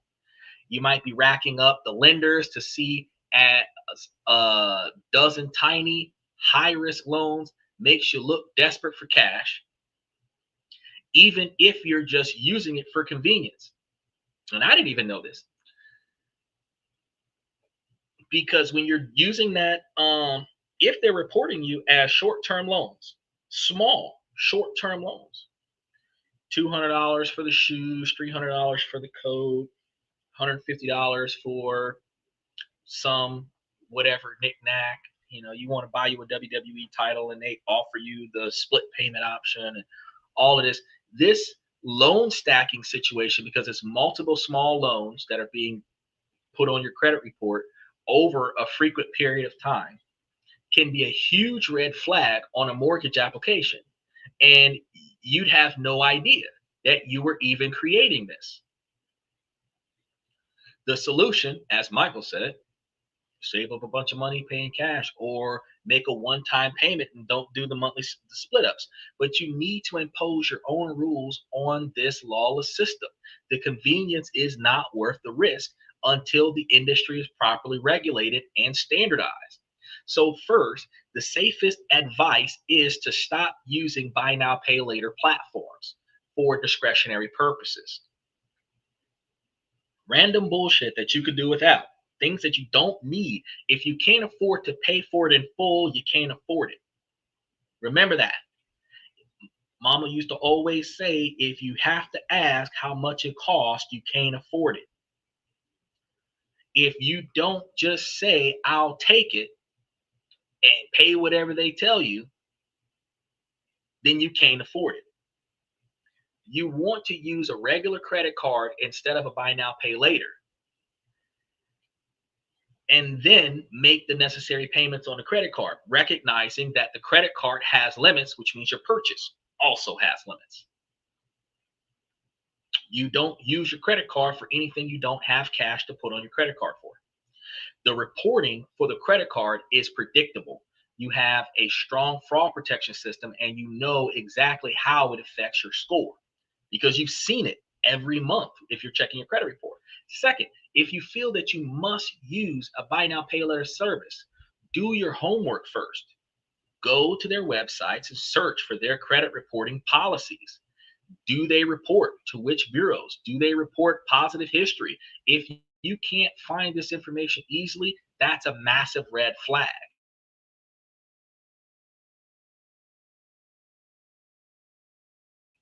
That just popped in. Special shout out to Sailmate. He says, hello, thanks for this stream. I think you're doing a good job explaining to everyone that watches. Thank you very much. I really appreciate it. I put a lot of effort into and this is from Twitch, by the way, for those of you that's watching on Twitter, X, and YouTube. This gentleman's coming from Twitch. Make sure that you follow the channel. We are primarily off of YouTube, so any one of the shows that I put up about detailed information about anything under the sun, because tomorrow we're going to be talking about 40 different stocks that you can put into a really good portfolio that will help you not only gain consistent cash dividends, but also gain growth as well, which buy and hold stocks that you can utilize outside of our dividend rotation strategy that I update you guys on a weekly basis. But follow us on Twitch, and then like and subscribe on YouTube so that you can hit that notification button. And whenever we go live, it'll give you a push notification to your phone. And then you can join us from Twitch, and you can follow along with any of the other things that we've got going on the platform, because Monday, Tuesday, and Wednesday, we talk about how to invest. We talk about, like, today, Monday, is the way the government is changing that's negatively impacting our ability to be financially successful. Tomorrow is ways for us to move our money around to make us more financially successful without having to work so hard. Wednesday is other countries that we can put our money in, invest in other countries, and either live in other countries cheaper than you live in America, or have better financial investment opportunities in other countries that could lead to early retirement in other countries. We have different shows that tell you guys about countries that don't give you taxes. We have building a trust that prevents you from being hit with so much litigation where your personal assets are at risk. Making beneficiaries, building generational wealth to bypass probate, preventing divorce from stealing all your estate, to offshore bank accounts, which protects your assets even further, because anything that's not in America cannot be regulated by American laws. So there's a lot of things that we talk about on the show, and I'm glad that you were able to enjoy it. I'm going to continue through this because I do detailed information. So I might do one show that's 2 or 3 hours long that's explaining a specific concept. And then weeks or months later, I will end up touching back on that exact same topic, because now it's a one piece to a bigger puzzle of why life sucks. Then, because we're live 7 nights a week and we don't let the sun rise without going live, Thursday, Friday, and Saturday, we talk about personal development, whether it's relationships, family, friends, business, co-workers, personal decisions, anything, your kids, anything that helps you make better decisions with your personal life, because your personal life impacts your finances. Your decisions when you're happy and sad impact your finances. Your decisions to play Captain Save them to your friends and family members, girlfriends, boyfriends, whatever, negatively impacts your finances. Spreading yourself too thin financially negatively impacts your finances, which also impacts your credit score and also impacts your future decision-making process.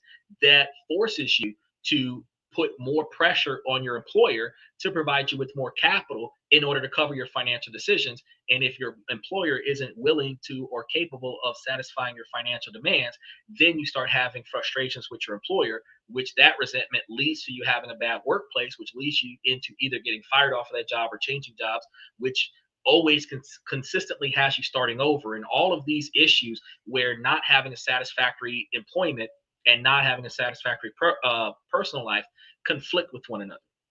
So fixing your employment and fixing your personal life have to be done simultaneously, because they impact one another. If you work too much to make enough money to pay for your standard of living, you're never at home to satisfy that standard of living, which means that your relationships are suffering, whether they're your friends, families, loved ones, kids, everything like that. If your personal life is costing you too much money, you're you're not focusing on your job. So all of these things intertwine with one another. So I do an extensive job with doing research, and then I put even more effort into it, explaining it to you guys, because I have to tell you how this impacts you. And since the credit changes just started going into effect, me telling you now, I want to be clear that it starts October of this year, that VantageScore 4.0 and FICO 10T are directly impacting what you're trying to do. So FICO score 8, there's a FICO 6, there's a FICO 4 that's all over the place right now that is still being used. But in a month and a half, you're going to see a whole different ball game. So right now, today, I'm talking to you guys about fixing your credit reports because that's the core information that is always going to be used, and how it is scored is going to change. So by fixing what they're evaluating, they have less derogatory stuff on your credit report for to analyze, which means that you have a higher chance of success regardless of which report they use. And now that you know what is negatively impacting your credit score, now you can start making certain changes in the way that you spend money, such as using those split payment options that you technically don't need to do when you could have just paid for it in full, or just wait to buy it, because it's not like that's the last one in life. It's just impulse buy. It's like, I can't afford it, so if I split it up into 5 or 7 payments, then I can get it right now, and then I can just make payments on it. Or you could just say, fuck it, let me just put that amount of money into a bank account until I get the total amount with taxes, and then just buy it cash up front in a few months. We don't think about that part. Impulse buy. That's what advertisement is about. Feeding off of your impulse and compelling you to spend money right now on whatever it is that you're trying to succeed in.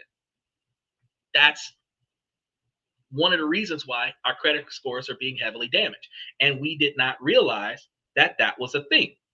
Now that I'm telling you about it, you're like, oh snap, I didn't know that. And now you're able to do something different. So I'm glad that you're able to follow along. Make sure that you keep going. We got a lot of stuff to talk about, but we're halfway through it. We're halfway through it. Now, one of the third things that you got to understand, you got to treat every BNPL payment with the same gravity as a car payment.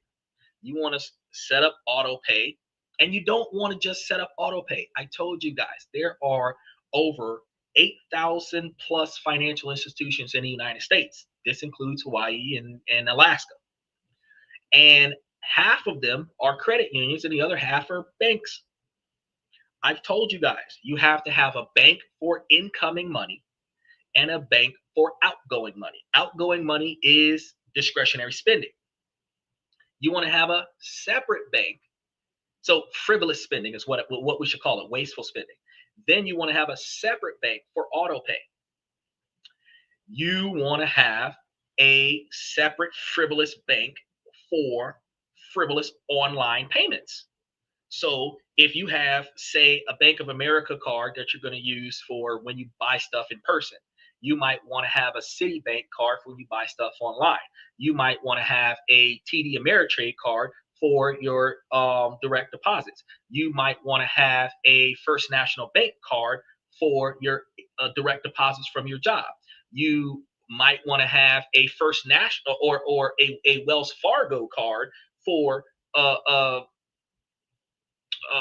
whatever else that you're going to be doing. If you're going to be using that for travel, anytime you're leaving the state, anytime that you're going outside of your country, you want to have different cards that you use to travel with so that you can leave your direct deposit card at your house and only take with you the account that has the funds that you're going to spend while you're out of the country or while you're out of the state, so that when identity theft occurs, it is minimized because they can only take what's on that account.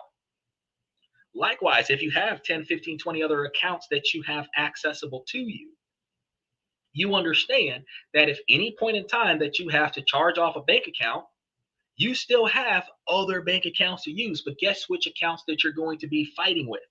The ones that charge to your account. The direct deposit account is never affected because money goes in and you deliberately wire transfer it out.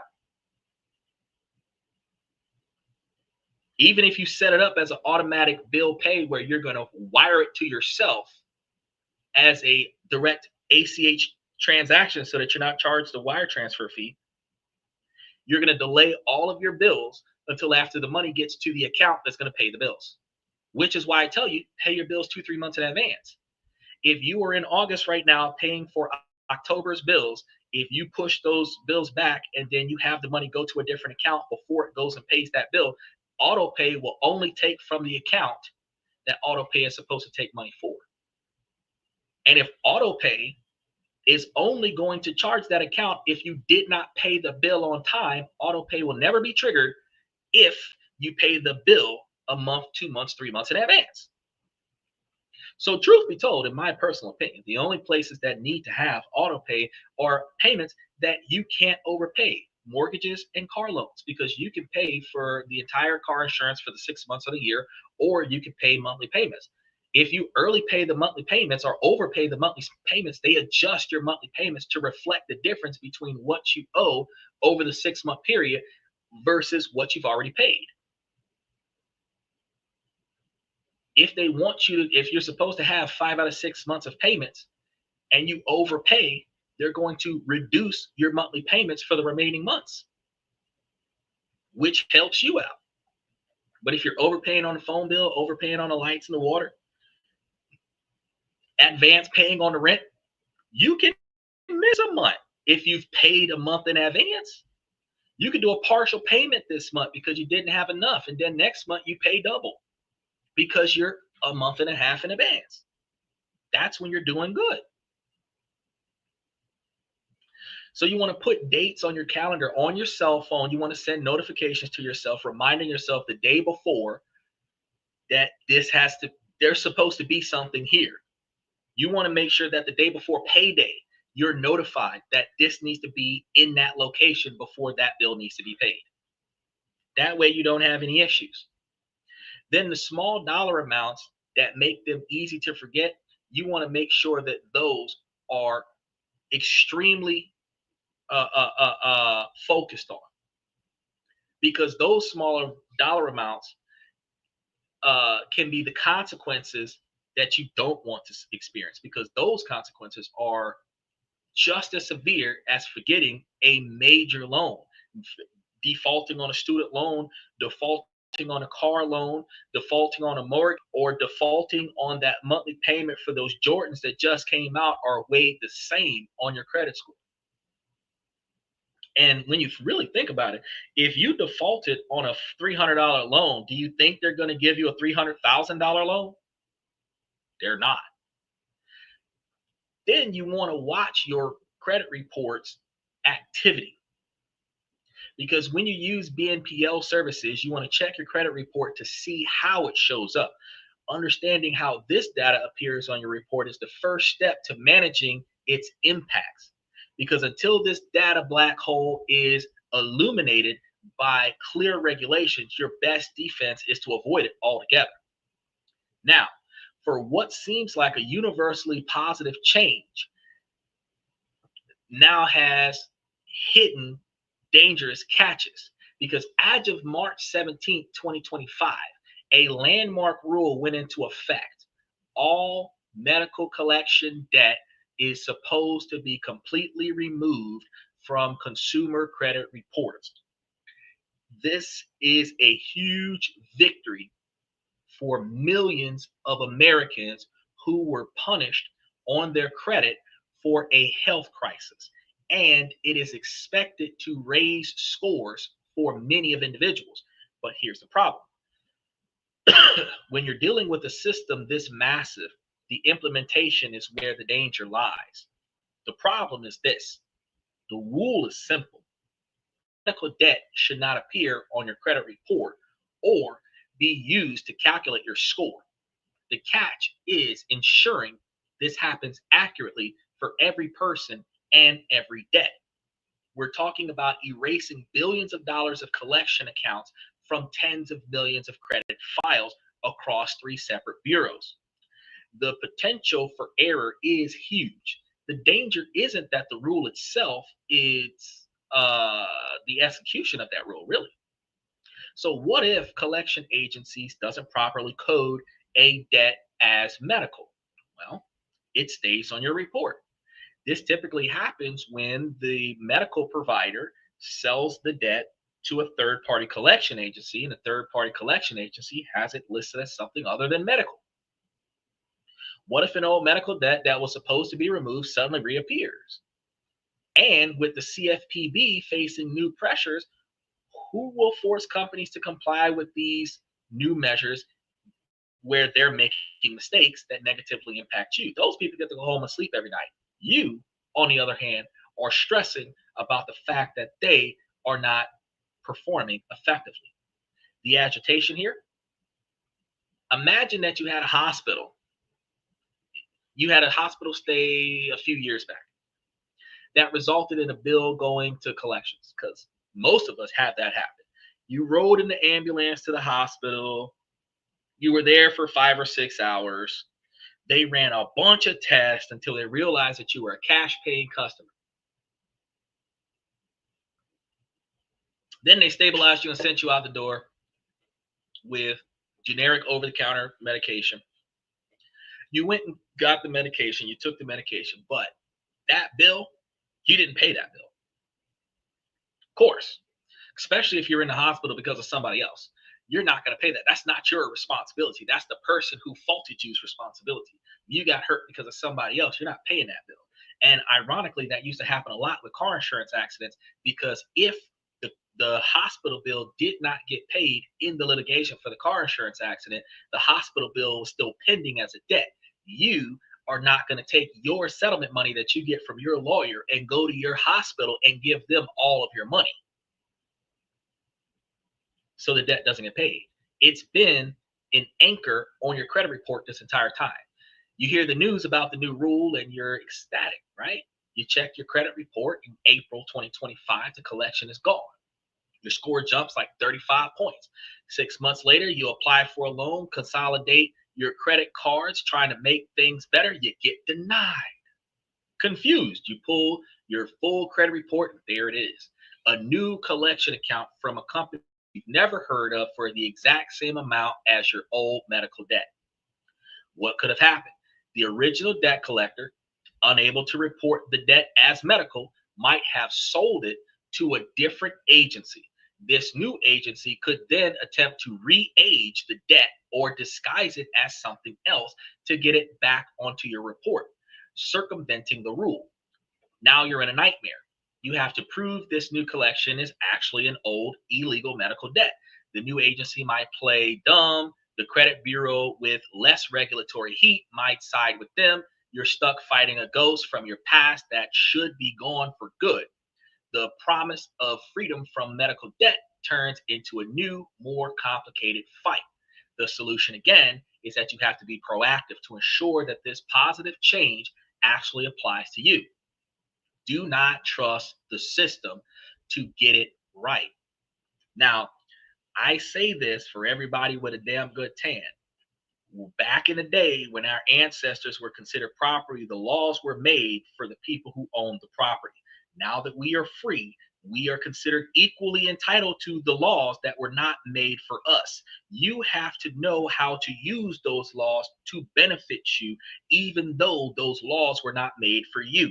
Men, those of us that grow up in a country where, as fathers, we are not entitled to our children just because the laws were made in 2023 to benefit us as men. We have to fight for our right to be involved in the child's life, even though we weren't there when the kid was born.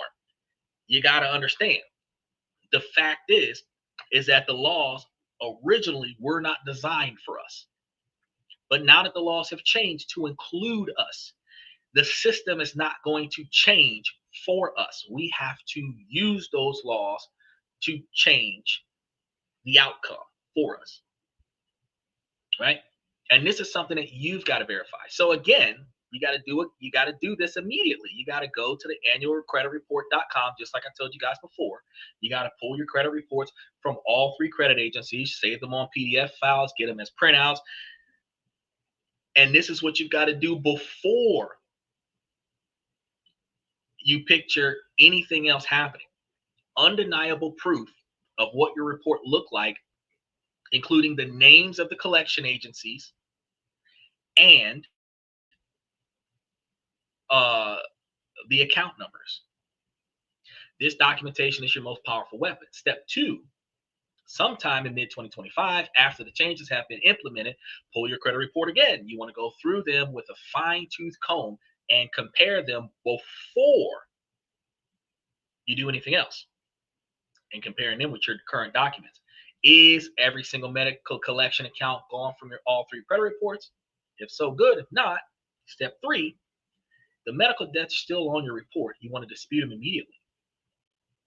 You got to put the letter in there. You got to tell them. Let me tell you something.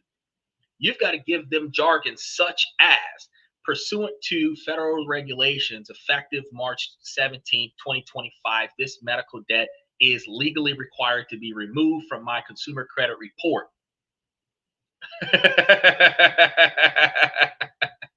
People don't tell you that.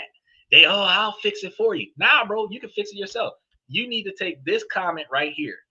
And I'm gonna take it and I'm gonna put it into the comment section so that you see this. You need to take this right here. This needs to be at the top of your letter when you start cussing folk out, and put this in there. Okay? I want y'all to see that. Y'all need to be able to put stuff like that in there before you do anything else. You want to attach a copy of your before report with the accounts highlighted, send it certified mail, and then your letter should start something like this.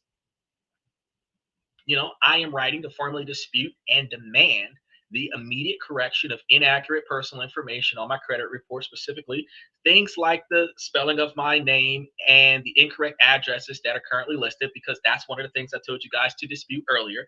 And this dispute is made pursuant to my rights under the Fair Credit Report Act, section Title 15 USC section 1681. Section. I'm going to give you all of this. And then the FCRA requires credit reporting agencies to follow responsible procedures to assure maximum possible accuracy of the information they report to investigate consumers' disputes regarding inaccurate or incomplete information. Now, you're going to be putting all of this stuff in there. And I'm going to see how do I get all of this, because that was a big paragraph. And I'm going to give me a second. I'm going to nope, that's not what I wanted to do.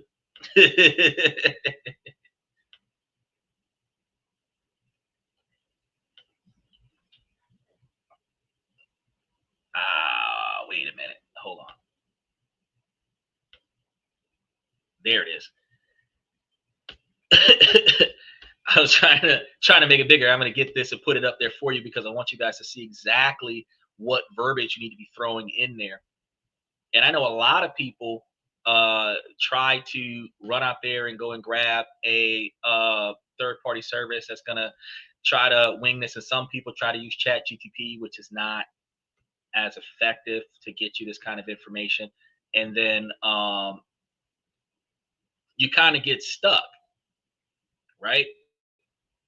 So I said, well, shit, I'm going to give them some of the paragraphs that you need to put in there. And what you're going to want to do is you want them to remove the medical reports. You're going to be reporting any of the account information that is not factual or inaccurate or legally required to be removed. Now, this is what you're going to want to do. I'm going to put this paragraph up there first because it's going to take a lot of paragraphs up here. And one of the best parts about the YouTube channel is that any information that I give you guys is able to be seen on replay if you go back and watch the post live show. So after the show goes live, if you need this information, you don't have a pen and paper handy, you don't have the capabilities of writing it down now, but later on when you decide, man, I do actually want to go and fix my credit report, you're going to come back to this episode and you're going to start grabbing all of this information and be like, holy snap, it's still there. Damn right it's still there, because I want you guys to succeed.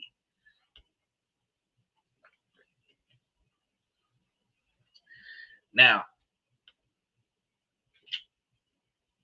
you got to pay attention.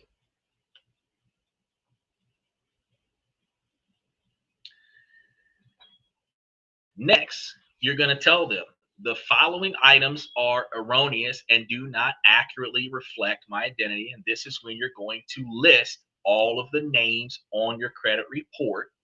Then put your legal government name in there, the one that is on your birth certificate, the one that should be not your nickname. If your name is Jonathan Jordan, you don't want to put John up there. If your name is Jonathan Jordan, put Jonathan Jordan up there. Okay.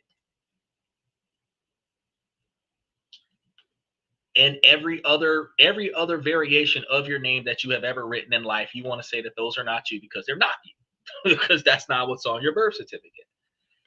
And to prevent this from happening again in the future, you want to proactively stop doing that. Stop using anything other than the government name that is issued to you when you are establishing accounts that you intend on maintaining for the foreseeable future.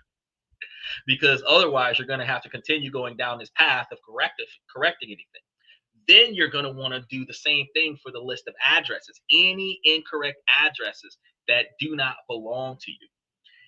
Then you're going to put in there any outdated addresses that do belong to you. Okay. Well, let me see if I can grab this. And once you put this up there, that's going to remove all of the names that aren't yours, all the addresses that you do not attest to, that are either more than 7 years old or don't belong to you at all. And that's going to leave you with just the collections that need to be challenged. So the first paragraph already states that any medical records that can be identified need to be removed. Once you show them which medical records that need to be, and here's the thing, you can't just say, oh, all names that are up there. They don't give a fuck about that. This is going to be a painstaking situation, which is the reason why I'm telling you that once you make this change going forward, whatever government name you got, whenever you try to do anything financial, use that government name. Okay? Because each entry of your name has a name identification number. You're going to have to list the name, list the identification number. Each address that you use has an address identification number. You have to list the address, list the identification number, because they have your name in there anywhere between 1 and 100 different ways. You have multiple addresses in there. Sometimes it's the same address inputted in different ways. You have to make sure that every variation of an address that's not yours is taken off. Every variation of a name is not yours is taken off. Every name that is fraudulent, taken off. If you were a victim of identity theft in the past, have that taken off. All of this stuff needs to be corrected. Then every account, the name of the account, whatever institution that the bill came from, and the account number, which should have like 5 or 7 digits plus XXXX for the next 10 digits for that account. All of that needs to be listed in there as what you're disputing, so that they know exactly where to go on your credit report to do whatever claims that you're reporting. Each time that you challenge them, and I got more information for you, each time that you're challenging them, you're going to compare the first letter to the second letter to the third letter to the fourth letter to the lawsuit. First letter, you said make changes. They did nothing. Second letter, you said if you don't change, I'm going to sue you. If they made changes, you can't sue them yet. You could, but you know, you want to get a rock solid winning case. Third, you're giving them the same thing that was on the second one that they didn't change, and anything extra that you found that just popped up. Fourth, you're doing the same thing. Anything that's on the first and second one, the third and second one, anything that's on the third and second one, and anything that popped up, you're putting that on the fourth one. Now, if you have to do it a fifth time, because I told you, when you confirm that something should be removed, you want to make it clear, and I'm going to type this in here: remove and block this creditor. You want to make sure that you have that in there when you're asking them to remove something from your credit report. You want to make it clear that they need to remove and block this creditor. Okay? If you do that, anything that they effectively remove off of your account, any transaction that they remove off of your credit report, should not come back. You still need to look out for it though, because it doesn't mean that my job here is done. White glove treatment. No, it just means that if that entity tries to come back under its current identification, the Fair Credit Report Act should kick in, and the three major credit agencies should deny that input. But if they don't, then you have the legal action, because you showed that you've inquired, you showed that you've made multiple attempts, you showed that you've requested that they block the user, and then you show that the user is still reporting falsified information, where you are confirming between four different attempts and legal action that they have willfully not made improvements to the reporting of your credit report, and that you are negatively impacted over an extended period of time of you trying to rectify the situation. Now, here's another thing that I'm going to be putting up here that you guys got to recognize, because under the FCR, a consumer reporting agency must delete or correct any information that is inaccurate, incomplete, or cannot be verified after reasonable investigation. Let me give you that paragraph, because that's going to go into your complaint. I want you guys to understand that this is seriously going to fix your problem faster than paying somebody to do it for you. It continues. Typically, this needs to be done within 30 days of receiving the dispute. If the collection agency or data furnisher cannot provide adequate verification or documentation of the debt, so telling you that they verified it is not what they're supposed to do by law. They are supposed to provide you with verification of the debt. The dispute information must be removed from your credit report. That don't mean, oh, we talked to them and they said it's yours, so we're not going to take it off.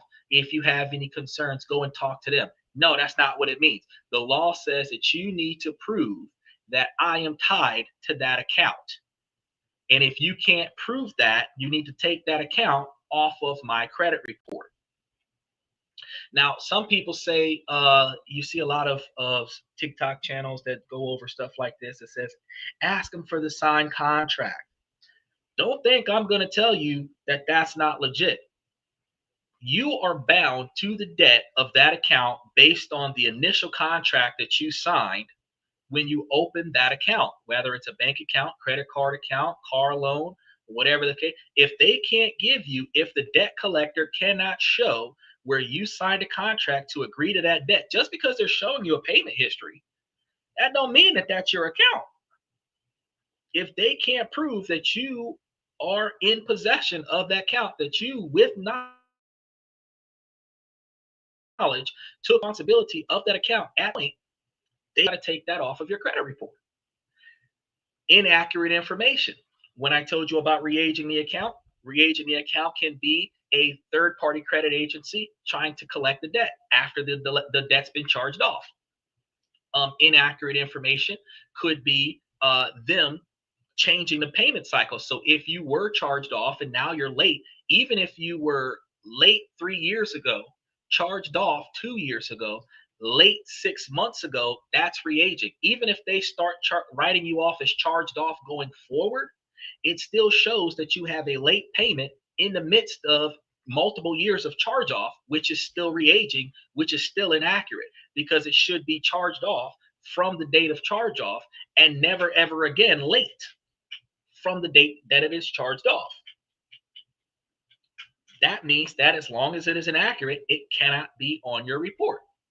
Incomplete is not having enough information. They can't prove that the debt is yours. They just prove that it's been on your Social Security account, your Social Security card, and they don't know where it came from. They don't have any proof that you're tied to this account. It just has your Social Security number attached to it. Inaccurate information. The addresses don't match up. The names don't match up. Remember, I told you, if it ain't your address and it ain't your name, take it off of your Social Security number, because they no longer have complete documentation if they cannot tie it to your Social Security number by your name and your address, and you have no signed contract. it cannot be verified. They're going to have to take it off. Now, under the Fair Credit, because there's more to this. I'm going to give you more information that you got to put into this document.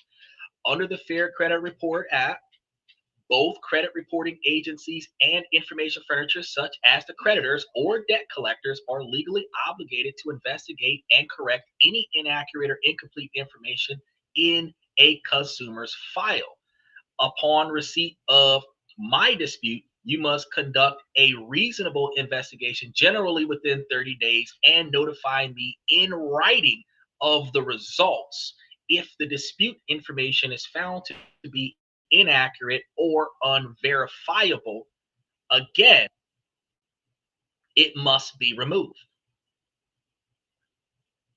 It must be promptly deleted or corrected from my file. Which is a different, now I know that it almost seems exactly the same as the one that I just told you, but they're two different things. One is saying that they must double check this information.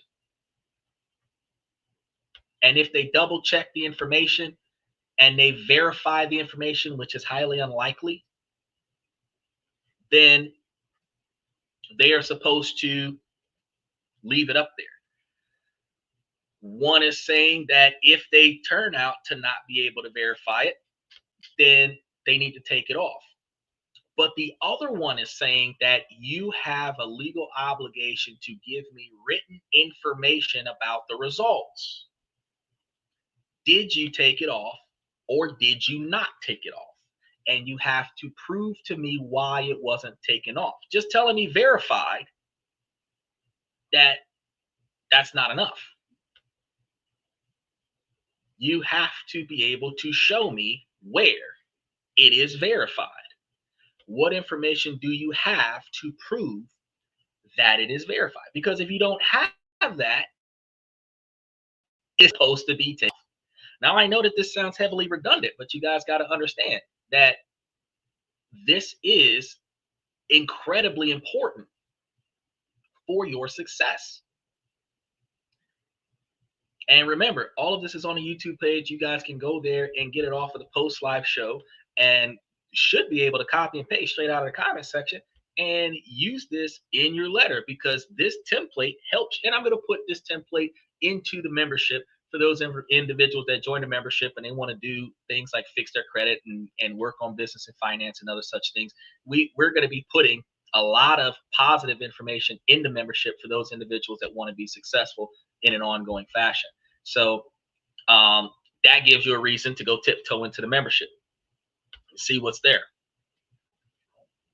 But this other section here, that is yet another catalyst to your success. The FCRA, Fair Credit Report Act, also prohibits bureaus from reporting outdated negative information, such as most adverse items older than 7 years old or bankruptcies older than 10 years old. Y'all didn't know that. And from including any information that is not verifiable or is discriminatory in nature.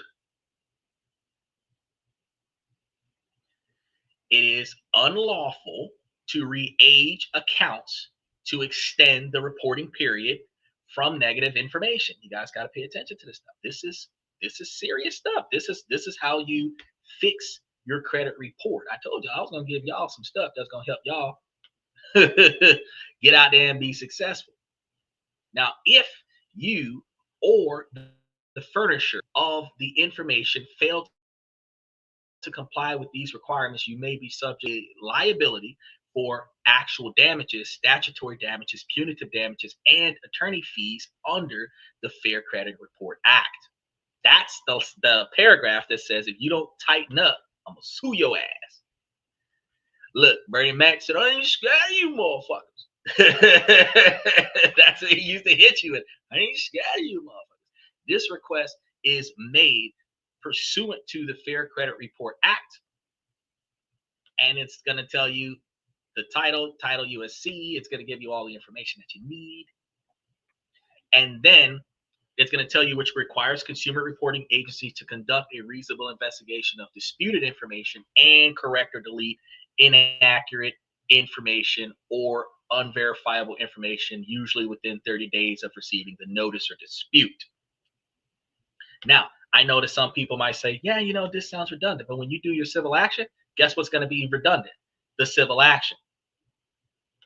Everything that you say, you're going to, every time you put in a cause to claim, if it's the same as another cause to claim, you're going to be repeating the same thing over and over again.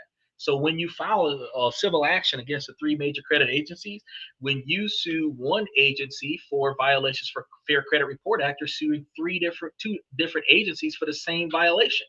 So you're going to be explaining the exact same cause of action 3 different times for 3 different defendants. And then when you itemize what they reported inaccurately, if it is the exact same item, you're going to be writing the same thing 3 different times for 3 different agencies. If it's different, certain things that differ, you're only going to report the one that did it, but not the one that didn't. So yeah, it looks redundant, but it's going to be redundant on the civil action. You're going to also see under the Fair Credit Report Act, where you're looking at Section IA-5, that you're required to notify me of the results of your reinvestigation and provide a free updated copy of my credit report within 5 business days of completing your investigation, and letting them know that you have been notified that you have 30 days from the receipt of this current letter that I just sent you to complete your investigation. Now, that's putting them on a time limit.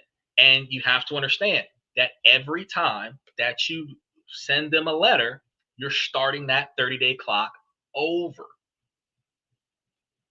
which is highly frustrating. But once you've gotten it to a magnitude where you can confirm that everything was done the way it was supposed to be done, you confirm that they've been put on fair notice. Now, when you continue this conversation by letting them know and corrected or deleted the disputed information, that's got to be done, and failure to comply with this time frame constitutes another violation of the Fair Credit Report Act, and you want to let them know again that willful or negligent noncompliance with the Fair Credit Report Act may subject your agency to civil liability, including the damages, the statutory punitive damages under the code, which tells them a second time, I'm going to sue you. Again, this seems redundant. It seems like you're repeating yourself over and over again. But when you make this clear, you have removed all of the doubt that under the law, you know that what they're doing is wrong. And under the law, you know that they know that you are capable of taking legal action with or without a lawyer present. And I'm going to be real with you. It hurts a big business more when you beat them without a lawyer. I don't encourage it, but if you're capable of doing it, it hurts a business because you know that they've got to be that wrong for you to win without a lawyer, or you've got to be that good to win without a lawyer. It's the lawyer's job to win.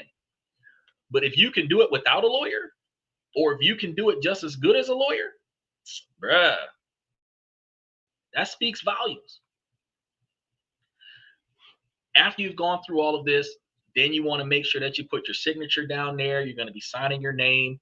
You're going to be putting the return mailing address under your name so that they know where to send this information to. But you also have to take a copy of your driver's license and your social security card, and maybe even your birth certificate, and scan it, make a copy of it, because you're not sending them the originals. Send it to them so that they have a record of who you are telling them this. When you file legal action, you will be able to include the fact that you proved your identity with your driver's license, social security card, and birth certificate, or U.S. passport, social security card, and birth certificate, and they still intentionally fraudulently reported on your credit report, which shows malice and willful negligence. Malice, intent, and willful negligence. Now, here's another issue before we go on to step 4, because I know a lot of people are sue crazy, and a lot of people want to take action against that debt collector that is re-aging your charged off account. You personally know that the account that is charged off, you didn't pay the damn account. Like Michael said almost an hour ago, take responsibility for your shit. If you're not going to work out a payment plan with them, don't fuck with them. Reason being, because depending on what city and state that you're in, certain states have certain laws for statute of limitations to collect the debt. The limitations start over when you re-acknowledge the debt by signing a contract or a payment option to pay off the debt while in collection. If you default on the payment option in collection, it starts over the collection process, which allows them to take legal action against you. And depending on what city and state that you're in, they can also take the type of legal action against you where you could be in a court. They can garnish your wages. They can seize any assets that they know that you have. So if they cannot take action on you now because they can't find you, because your addresses are outdated, but it is within the 3 to 5 year charge off date, because after that 3 to 5 year date, some situations 7-year date, where the debt is determined non-collectible. Once it is determined non-collectible, and you have to look at the local laws for your city and your state, and if you're doing this in a different country, but your city and your state, you have to look at the non-collectible date, which is usually several years after the charge off occurred. Or in some situations, the legal action occurred because you might have not paid it. They might have sued you for the money. You might have had a judgment. You didn't pay the judgment. They didn't do anything about it. So many years after that occurred, they can no longer come after you for the debt. Once you cross that threshold, then you can do whatever you want to do to that collector. But a lot of times these collectors are underhanded and sneaky. They will piss you off by deliberately destroying your credit report, re-aging accounts, and everything that they can do to get your attention. Because if you take legal action against them inside of the collection timeline, they will take responsibility for re-aging the account and then countersue you for what you owe them, which ironically is more than what they're going to owe you for the debt. Now, funny thing, the difference between $1,000 that you're going to get from them and the sometimes $1,500 to $2,000 that they're going to get from you is the interest that they would have took off of paying the debt versus the new judgment that is now against you for that debt that you still have to pay, which they might now be able to have your wages garnished and all this other stuff. So instead of taking the route of kicking in the nuts the creditor that still has a legal claim over the capital that is in delinquency, instead of that, the third party agency that is reporting all of this stuff, you kick them in the nuts, because if they have no reason to collect anything from you, they're just supposed to report fairly what is honestly on your report. And if they don't, you kick them in the nuts, because who's going to take legal action against you if you're taking the 3 major credit agencies to court? Nobody. Retaliation can happen if you go after the creditor, but nobody's going to retaliate against the 3 major credit agencies getting yet another lawsuit.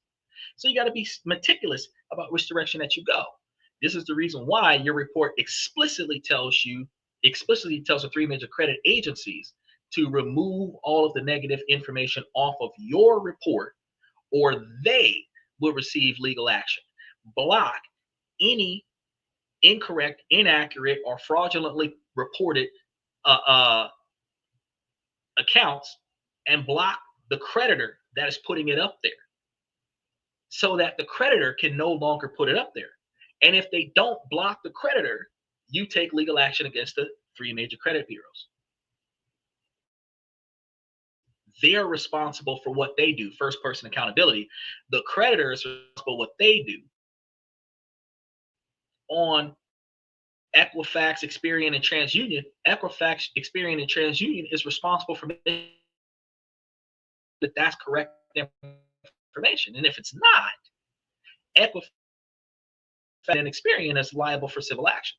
Now, step 4, you got to remain vigilant because this is not a one and done check. Like I told you, I just gave you a first time notification and at least 3, if not 4, follow-up notifications to them, probably inside of 30 days if you're able to track this online, notifying them that, and if not, if it's not being tracked on, if it's being tracked by actual documentations from them, it might take you 3 to 5 months to work this situation out.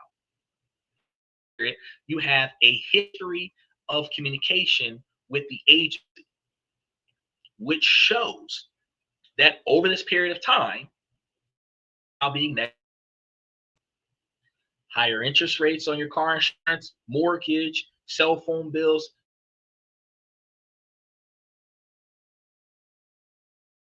the cars that you're trying to get that you're being, that is where that $1,000 per violation turns into $5,000. Because you can prove that during this time, you're negatively impacted by these reports and they're refusing to rectify them.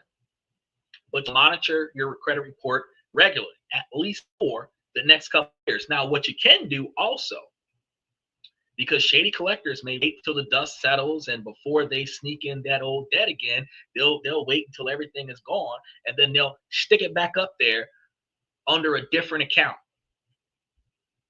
when they sell it to a third-party collector. When one third-party collector sells it to another third-party collector and a third-party collector sticks it back up there again. If a ghost collection reappears, you're going to have your files ready to prove that it's an illegal re-reporting of the same information, whether it is the illegal medical debt reporting or any falsely reported re-aged accounts or re-identified accounts or any type of charge-off that was originally supposed to be banned off of your account. And this change is a gift, but you have to make sure no one tries to take it back by not having to pay these credit card debts. It's all being wiped off. And while you're getting those the medical debt, not having to pay the medical debt, that is all being wiped off because of the new laws. And while you're getting all that medical debt off, you want to get off any charge-offs that are still lingering, any incorrectly reported debt, because you might find that you have not missed a payment in a year and a half, 2 years, but your credit score still went down. That's because one of those accounts that you have not been paying attention to that got charged off has re-aged your account and recently marked your account as newly late. And if you don't get that information taken off, it will bring your 720 down to a 500 because it's gonna every so many months again put up 30 days late and then start doing charge-offs, because until you do something about it, until you take legal action against the company, they're going to keep reporting it. Until you take legal action against the 3 major credit agencies, they're going to keep allowing it to sit up there because that is your debt. It's just fraudulently reported. So where does all this leave us? The financial landscape has been more treacherous and unpredictable. So we've seen how the score lottery means you never know which version of your lender, which version of you a lender will see. And we've uncovered the reality of a shifting regulatory focus that requires more self-advocacy. We've exposed the buy now, pay later black hole and seen how even a positive change like removing medical debt requires constant vigilance. The old charged off debt that used to kick you in the nuts, we've seen how we have to put a lot of effort into making sure that that stops happening. The bottom line is this: the system is more complicated and transparent than ever. Responsibility has been shifted institutions onto your shoulders. Even the student loans, even higher education, even healthcare, all of the responsibilities that used to be put off onto either big business or government has now been put on the direct shoulders of the individual. You can no longer afford to be passive participants in your own financial life, always saying it is what it is and we'll pray on it and let's see if it changes. this type of behavior can no longer be the thing. You have to proactively put effort into making positive change for yourself. And this isn't a message of despair, it's a call to action. Knowledge is power. And now that you know how the game has changed, your defense is a relentless offense. It's checking your raw credit reports monthly, not just a score on an app, the actual documents themselves. It's documenting everything and communicating with those three major credit agencies like a pro. It's treating every financial transaction from a utility bill to an online purchase with the seriousness it is now deserved. You are your own best financial defender. You have the tools and the strategy. Embrace this new role. Take control of your data, demand accuracy, and build a foundation of credit health so strong that it can withstand the shocks of this unpredictable new system. You wonder why the average individual gets a secure credit card and they stay with that secure credit card. They can never convert it into a regular credit account. That's because your credit score sucks. One of the conditions of switching from a secured credit line to an unsecured credit line is specifically putting it into the 720 or higher credit limit. You're not going to get there if you're not managing your account wisely. You're not managing your account wisely if you're not having a utilization, preferably under 10%, paying the bills on time, regular payments of your utility bills. And there's another thing. Experian Boost will, if you claim, and this is going to be self-reporting claims, if you claim certain bills, phone bills, utility bills, everything like that, those bills will be fairly reported onto your credit report. But guess what? It's calculating the debt that you have to pay every month. So here's another tip for those individuals that rode the wave with me and still here towards the later side of the show. When you go to pay that utility bill directly from your bank account, because it's not going to show up on your credit card. If you make the payment on your credit card, it's not going to show up on your credit report. If you pay it from your bank account, your checking account, your savings account, it'll show up from your bank account. What you do is you pay a portion of your utility bill from your bank account. So let's say that your light bill is like $200-300 a month. Let's say that your phone bill is the same. You put $20 to $50 on that utility bill on your bank account. Then you put the rest of it on a credit card. Then you pay the credit card down to about $10 or $20. Let the bill roll over and put the last $20 on it 2 days after the billing cycle rolls over, so that it shows that your debt is minimal and your credit card utilization is minimal and your on-time payments are regular. This is going to give you the biggest credit boost that you can possibly gain. Now, this isn't an overnight process because it usually takes 6 to 12 months of positive credit reporting in order for you to see massive results. But the credit reporting system is going to turn on its head in 60 days, 45 to 60 days, because starting in October, it's all up in the air. So the issue that you're going to have is over the next 6 months between October and May, which about 6 months, because October, November, December, January, February. That's like 7 months, so February. But October, November, December, January, February, March. So March, April, something like that, 6, 7 months from now,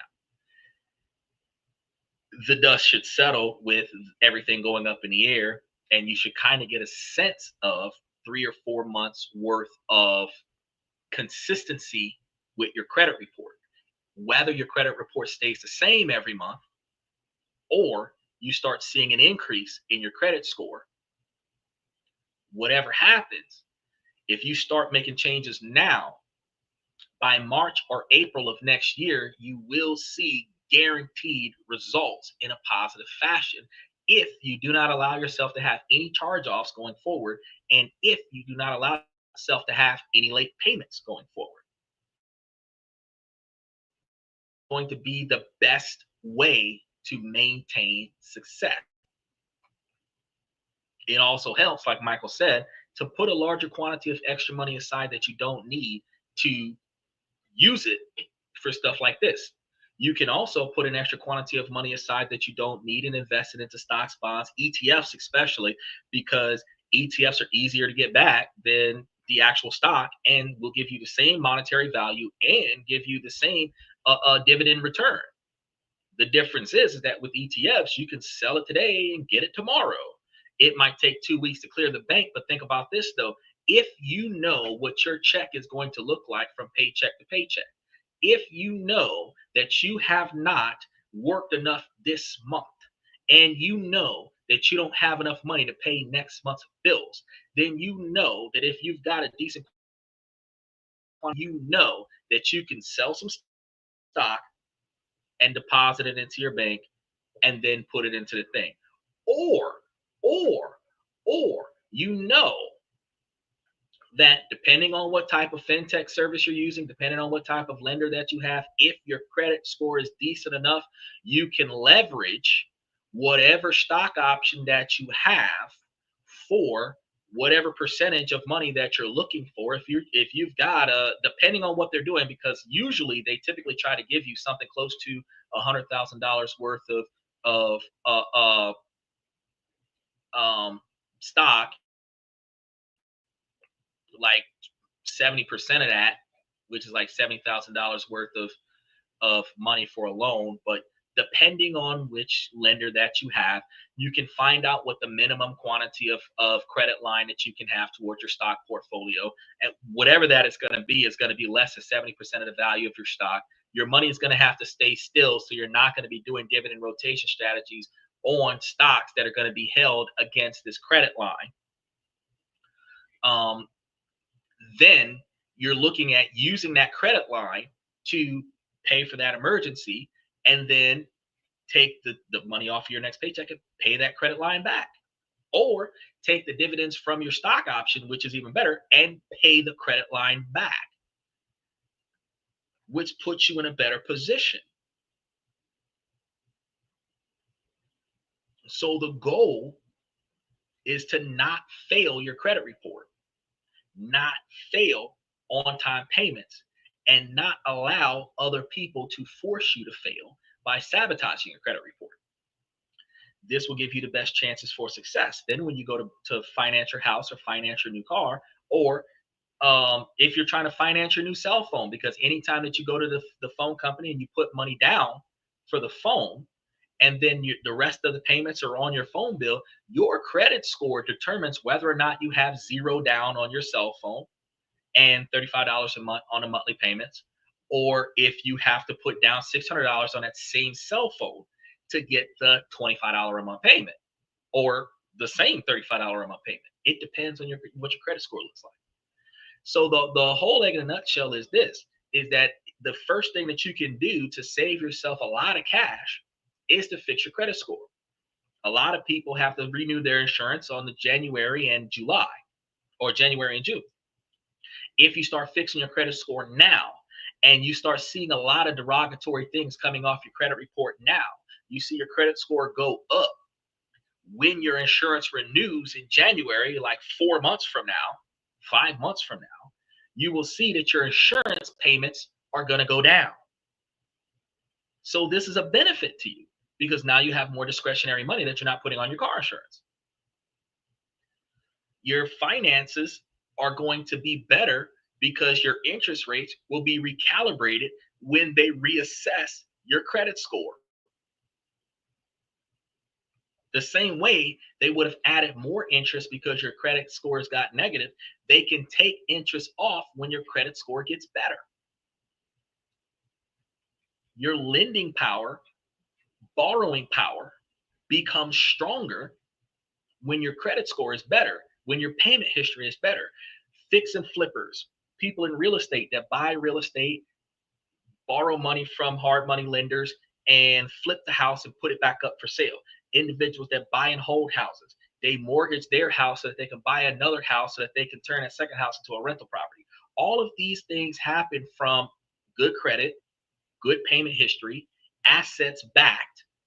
And if you don't have 2 out of 3 of those, where you have a good payment histories and assets backed, or good credit score and good payment history, or good credit score and assets backed, you're not gonna get a loan. You can't go into real estate and start flipping properties if you got bad credit and a bad payment history and no assets. And it's hard to buy assets if you don't have extra discretionary funds. You cannot get an SBA loan without a 650 credit score. You can have a business and you can't get a restructuring SBA loan if you don't have a 650 credit score. So one of the things that you can do for your business, for if you're a small business owner, is get your credit score up to a 690 or a 720 by fixing your credit. You're going to be the personal guarantor of your business. You take out a $50,000 SBA loan, do what you're going to do with it, and take the difference and put it into the stock option with all the rest of the money that you got. And then take the change from the dividends and pay off the loan. When you pay off that loan, especially if you're paying off that loan quickly, when you pay off the loan, that improves your credit score. Each time you pay off the loan, that improves your credit score. But you can't have a $50,000 SBA loan on your credit score and try to go and buy a house at the same time. You have to show that you have 75% more money than you have debt. You got to show that. If you don't have that, it starts becoming harder. So with all of the changes that Donald Trump has made, the goal is that it is less difficult for people to own houses, because you have to ask yourself, why does the majority of people in Asia own their own place, whether it is a house or an apartment? And there's 4 billion of them over there. And the majority of us don't own shit. Ask yourself that. They know what they're doing over there. They're budgeting their money. Their discretionary spending is limited, not because they're poor, but because they're financially responsible. They're teaching their kids and their grandkids how to not waste the money. They're teaching their kids and their grandkids not to be financially irresponsible, not to be irresponsible in other ways legally that will cost them money that they don't have. Because over there, integrity is everything. You can insult somebody and have a huge fine over there. Over here, you just piss somebody off. Over there, you can hurt somebody and have a huge fine against you. Over here, you can hurt somebody and brush it off. Over there, you might have to have a whole separate bank account for unexpected civil actions, where over here, y'all just curse each other out and walk off. But when you think about how free we are over here in the United States, we're also free and fucking broke. And you got to ask yourself, why is that? Why are we in what is considered one of the richest countries in the world next to Dubai?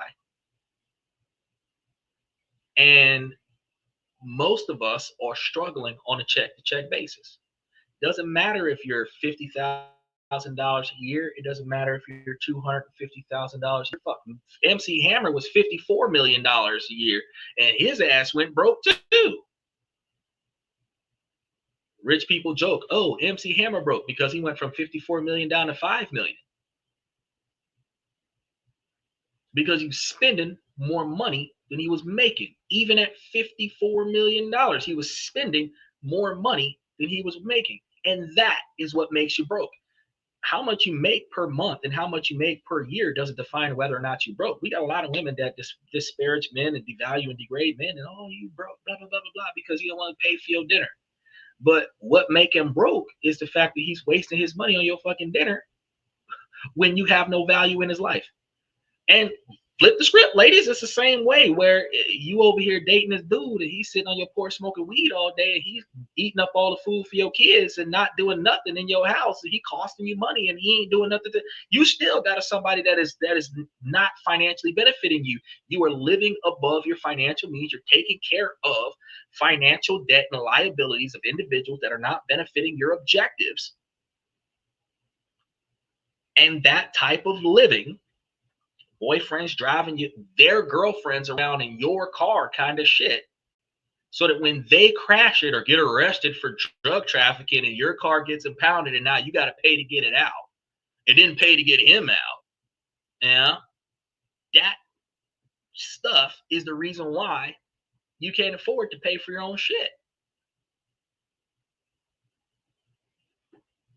And you got to understand, when your car insurance pays for a car crash, don't matter who caused it, that's on your name. So when you go to change car agencies, they're going to look to see if there's been a claim on you in the last 3 to 5 years. And if so, you're going to be paying higher premiums than what you would have paid if you had no crashes in the last 3 to 5 years. So not only does allowing somebody to waste money under your name by co-signing for them, letting them use up your credit cards, or charging off one of your accounts because you can't afford to pay for it because you're paying Cap and Save-A-Ho to pay for somebody else's responsibilities, not only can that ruin your life, but allowing them to waste your time and your effort and your money and costing you in other ways where you can end up having negative impacts in your future life. Letting somebody borrow your car could lead to you having to pay for unexpected insurance bills, property damage, medical expenses, because that was your car. You're responsible for the car. It doesn't matter who drove it. You're responsible for that car. So all of that goes back to, because that stuff ends up on your credit. Any legal litigation that happens against you is either on your financial credit report or on your criminal background. So when they do a background check, they've got a financial background check and a legal background check. And both of those will determine, has anybody sued you or have you defaulted on any money? And all of that plays down to this right here today with the credit report. Because if somebody sued you before in their life, you will find that this situation will negatively impact your ability to lend, borrow, buy, and in a business standard, it will prevent you from doing good business with other individuals.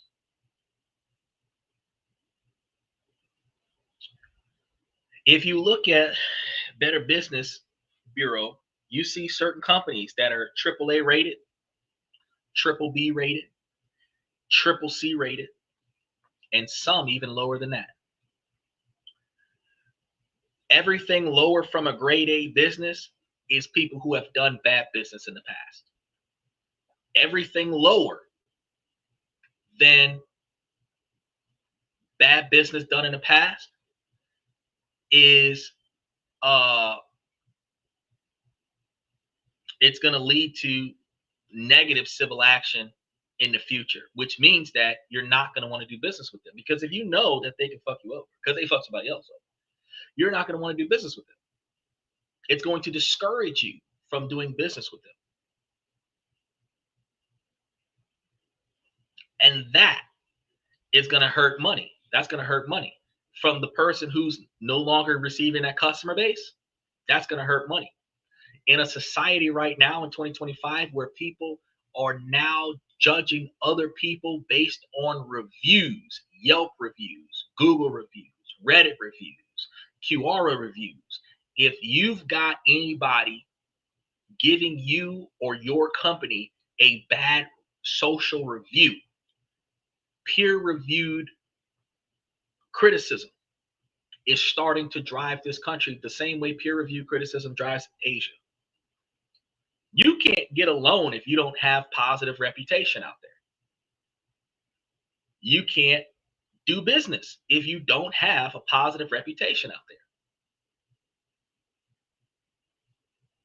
Out here, look at 34 felonies. You could be president and have a bad reputation, right? You can commit felonies and still be a multi-billion dollar industry in this country. But in other countries, it don't fly that way. So now that you know what you can do to make yourself better, now you have to proactively put forth the effort to make it better. So what we're going to do, we're going to wrap things up. I want to say, ladies, as long as the situation doesn't make sense, I'm going to keep asking you ladies to make it make sense. So ladies, please make it make sense. Fellas, this is a 72% male-driven podcast from the male perspective. I give you guys this information to make you guys higher value men, not only from the financial standpoint, but from the personal development standpoint as well. As I've explained to you before, your personal life impacts your financial life, and your financial life impacts your personal life.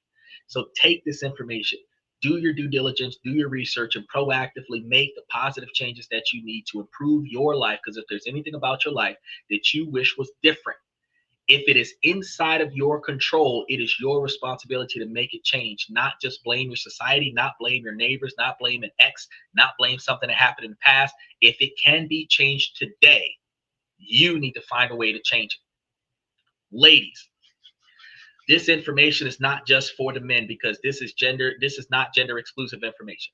Everything I've told them, you can take it and do it too. Ladies, y'all can use this information to make it higher value women. Bad credit, bad debt, bad financial decisions. This is what people do, not just men. Women do the same thing. And y'all can take this to make y'all higher value women as well. You are going to be more successful in your love life if you fix the failures in your personal life, if you fix the failures in your financial life. Because the things that both sides of the fence are going to look at is how much of a liability is the other person going to be to me. That's what each person is going to look at. Yes, women are going to look for financial stability and resources in the man, and security and leadership skills. And the man is going to be looking at a woman that's willing to put out and hopefully be more of a benefit to his objectives and his agenda, being responsible, not a gold digger, and all this other stuff. They're also going to be understanding how much stuff does he or she got going on in their life that I got to take responsibility for. If you're dealing with bankruptcy, I don't want to lose my assets in your bankruptcy. If you're dealing with foreclosures, I don't want to move into a house that you're about to lose. If you're dealing with repossessions, I don't want to make your mode of transportation my primary mode of transportation, and then I got to go back to walking. We're going to look at these things. So you are effectively improving your standard by fixing these inconsistencies in your life. And in doing so, you make yourself more valuable. So you don't have to be $100,000 man to get you a good woman, and you don't have to be $100,000 a year woman to get you a good man. A $40,000, $50,000, $60,000 a year woman can get a $40,000, $50,000, $60,000 a year man, and y'all can equally have between $100,000 and $120,000 a year between the two of y'all. Y'all can live that $50,000 a year lifestyle between the two of y'all and put the difference up into high interest stocks where y'all can make yourselves millionaires inside of 10 years. The average relationship does not last a year and a half, but if you had a financial goal, you would fix your fuck ups in your relationship because you would both have skin in the game. You both would be investing in your future, and you're not going to sacrifice your future because of a petty squabble. You're not going to sacrifice it. Billionaires do not sacrifice billion-dollar deals because they don't like the person on the other side of the room. You can see, yeah, there are movies, but you can see them on drug movies where the enemy of my enemy is my friend, and we'll all organize crime together in order to everybody make money, and it's a fact. In order to be successful, you can be successful with your worst enemy where you can fail with your best friend. So you need to really think about being successful over squabbles and vendettas and playing catchbacks and getting revenge on people. You need to focus on your success. And staying stressed out about somebody pissing you off back in the day where that piss off from them doesn't affect them. It affects you and how you feel every day. But your inability to make money is because you're stressed out about something that nobody else is paying attention to besides you. You need to be able to focus on what is directly impacting you today. What's impacting you this year? What can you change right now, and what can you start changing right now that will be effectively changed by this time next year? And then you start working on your 5, 10, and 20-year goals. If you're 35, 45, 55, and you're trying to set up a 20-year goal, a 10 or 20-year goal, where by the time you're 60 or 70 years old, you can stop and just live life for the next 10, 20, 30 years. Do that shit. From 70 to 100, you should have a work-free life of enjoyment, not just laying in the bed all day watching reruns from TV from way back in the day. And definitely not working a 9 to 5 where you're struggling to get to work, struggling to be at work, and struggling to get home from work, hoping that you can afford to keep your bills paid.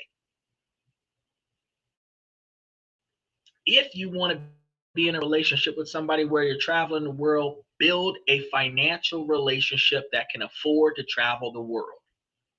Don't be a $60,000 spending on a $120,000 a year man to take you all over the world. Be a $60,000 a year woman that can get with a $60,000 a year man and build a $200,000 a year portfolio that is paying y'all $120,000 a year, where y'all can both quit your jobs and travel the world off of profits. Or to part-time, where you're now both making $30,000 a year, traveling the world the rest of the time, and still making the difference off of the portfolio. But don't put all of the responsibility on the other person of your life dependent on somebody else making you successful. You need to put forth all of your effort into making yourself successful, and then finding a similarly successful person with the drive to make both of you even more successful. That is your objectives. Because no matter where you are right now, if you are a person that is diligently intending on growth, you are looking for somebody to grow with, not somebody who has plateaued, who has stopped. You're looking for somebody to continue to grow with, which means that if they are not where they will, if they're not where they want to be at in life, or if you're not where you want to be at in life, and they're good where they're at, eventually you're going to outgrow them. If they're not willing to try and apply themselves, eventually you're going to outgrow them. You need to know before you start investing in this person that this is the person that you want for you. And you need to make sure that you are the type of person that somebody would choose to be with, because you are effectively growing in a positive fashion. If these two dynamics don't change in your life, you are never going to be what you're looking for. It's not about what everybody else expects of you. It's about what you expect of your life. Once you make it what you want it to be, that is when you will truly be happy. Anti-nationalists will no longer be anti-nationalists, because it is not the society that's stopping you from being successful. It's you that's stopping you from being successful. It is not the man that is holding you down, because the man has just made almost all of the poor people have generational success if you utilize it correctly. And this is the second man that has put effort into your success, because the other man in 2008 pushed so much change into education that everybody got a free MacBook for 5 years. I don't understand why we're still failing in life if so many the mans are making change for middle class and lower class America, and America still has a middle and lower class. We should not have a middle and lower class. We should have an upper class and a upper class. That's it. We should have millionaires and multimillionaires. That's what we should have. We should not have any family legacy that is living off of under $500,000 a year of inherited wealth. But we do. We do. We have people who don't have $1 in their bank account, and they've got to stand on the freeway and beg for their money. because we are not teaching ourselves and teaching the people around us how to make money, how to save and invest money, how to make money for us, and how to teach our children to do the same. So we're going to have probably 1 or 2 more generations of kids as dumbing in a box of rocks when it comes to finance. And we're going to see a massive shift in the middle and upper class, because we're going to see a larger generation of individuals who have effectively come to this podcast and taught themselves and taught the people around them, liked, subscribed, and shared this with people that they knew could benefit from this, the ins and outs of how to be financially successful. And once they've done that, that's when everybody who's anybody would be able to then say, I am no longer broke again because Xander told me what to do. So with that being said, I want to thank you guys for coming to tonight's show. Thank you for coming to This and That, where we talk about this, that, and everything in between. I'm your host, Xander. And I will be seeing you guys tomorrow when I give you the 40 stocks that you can use for your core satellite portfolio so that you can have a consistent revenue coming from your growth cash paid stocks. Again, giving you yet another opportunity to put your money in a place where your money will be stabilized, making money for you, and you will be able to minimize failure by maximizing growth. I want to thank you guys one more time, and I'm going to see you guys tomorrow night. Thank you very much.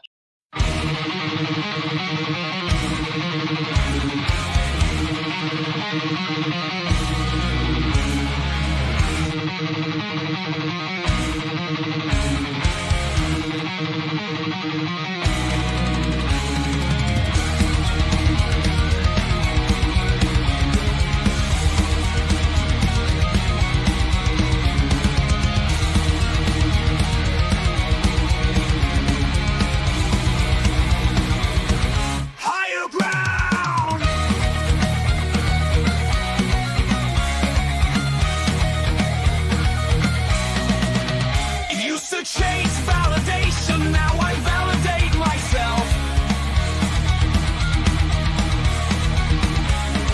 Building inner strength, putting doubt upon the shelf. No more unnecessary drama, no more wasted time. Climbing higher, constantly making my own climb.